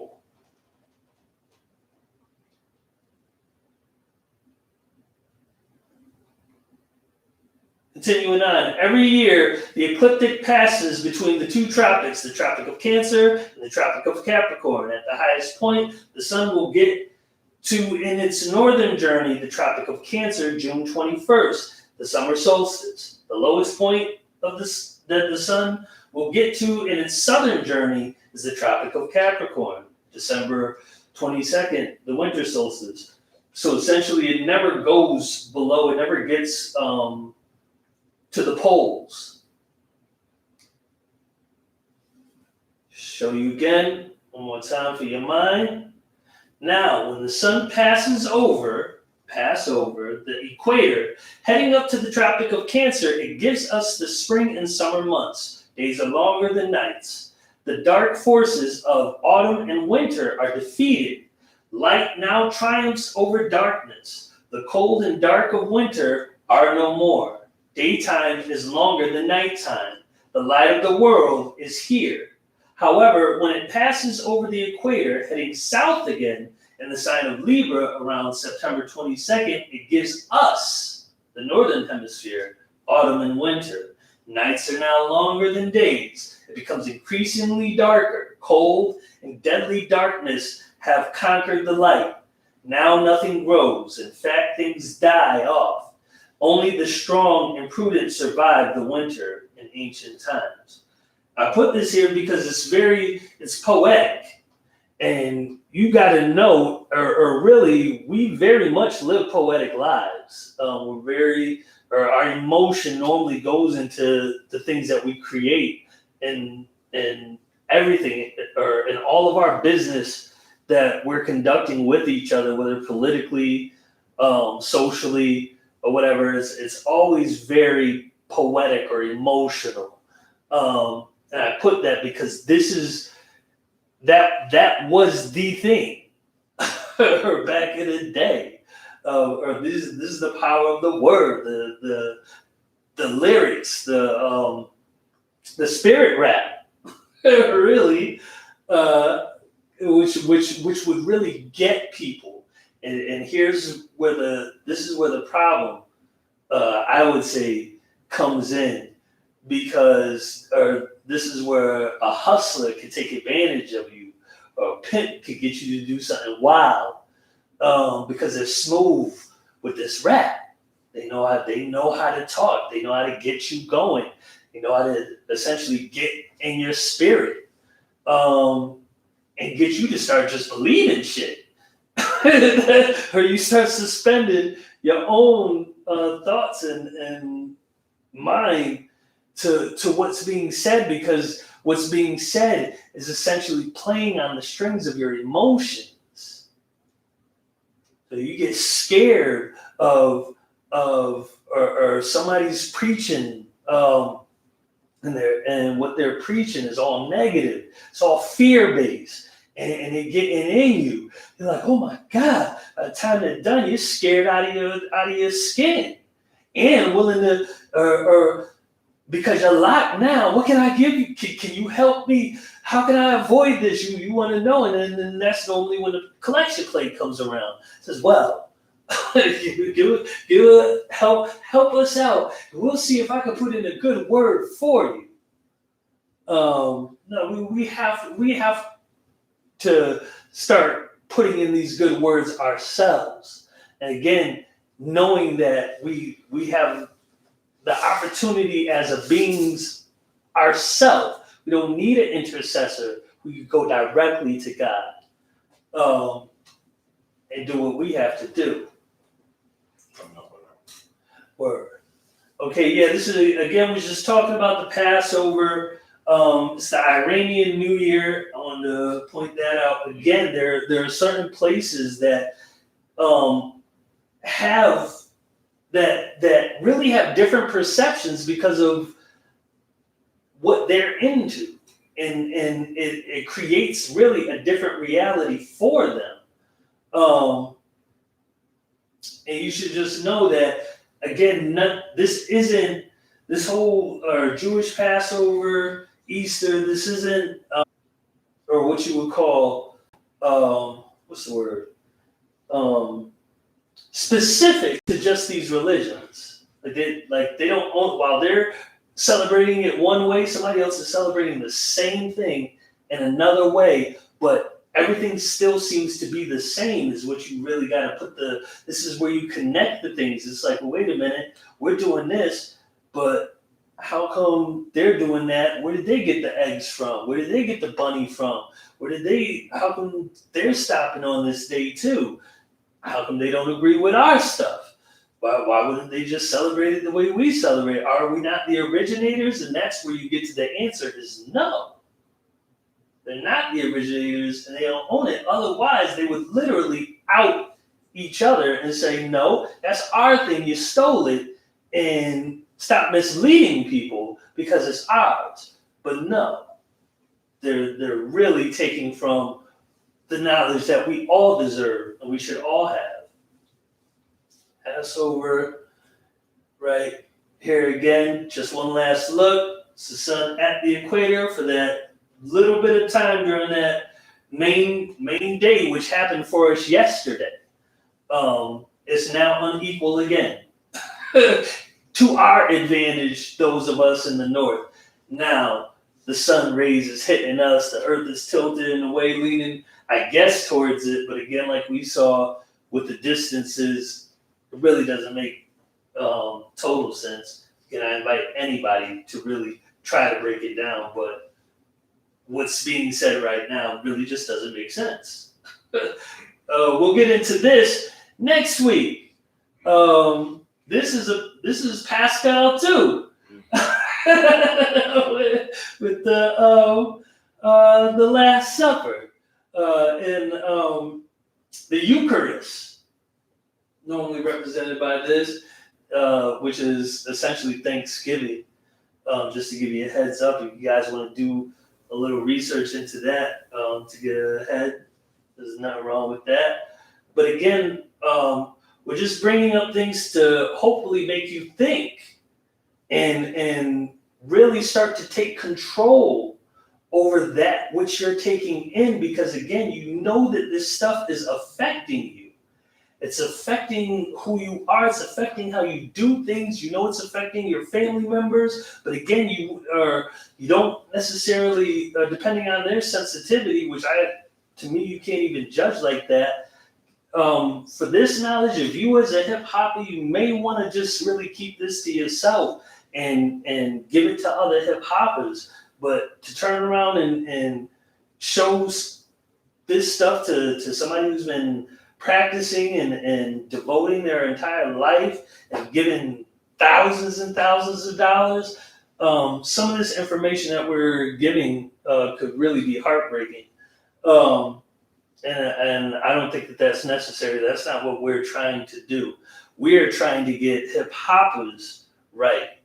And again, this is the temple of hip hop for hip hoppers. So if you're just here watching us, you're not in the right place anyway. This is for those that live hip hop, that want to live hip hop. And because we understand the situations that we've all been grown up to and colonized into, that there are some things or many things really that we need to go over in order to pass over it, to rise and essentially get to where we need to be within our spirits. Plant these seeds, plant hip hop seeds, and watch essentially your intelligence grow it and move it. I don't even want to go to the next slide. I'll go to it real quick, but then we go it out. Okay. Just to show you quick thing of how it's possible that a lot of this relates to even still the same thing. Passover, the sun rising, Brother Jesus, disciples, between your brain, between the seasons, between the months, all this stuff seems to be very, very much related. Again, sound, the elliptical wave is normally described as a sound wave. They say string theory, that everything is made up of strings that are waving. Vibration is what is theorized that keeps this reality together. And it's making a sound. Everything's frequencies, sound. Let it rest with you and really give you an assurance that, again, tonight, look at the sounds that came to you. Look at what became a part of your reality, as opposed to other things that really could, and fix it, make it more, so that then randomly the hip hop, you run into hip hop everywhere you go. Is hip hop. Everything you see, it becomes hip hop, because that's what you're concentrated on and manifesting in your life. Pay attention to other stuff. Normally that manifests in your life. These are wonderful lessons that you can really advance your children with and save them time, so that they don't have to, essentially, it doesn't have to take this long for them to get this correct.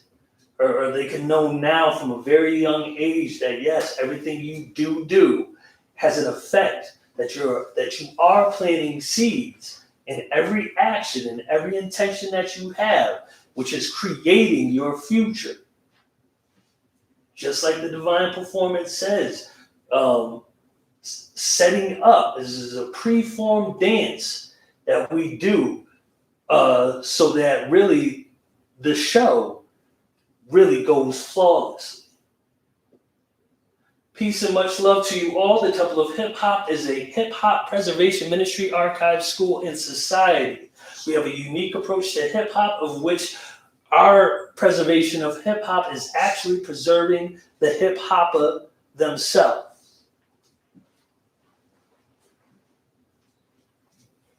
Yeah.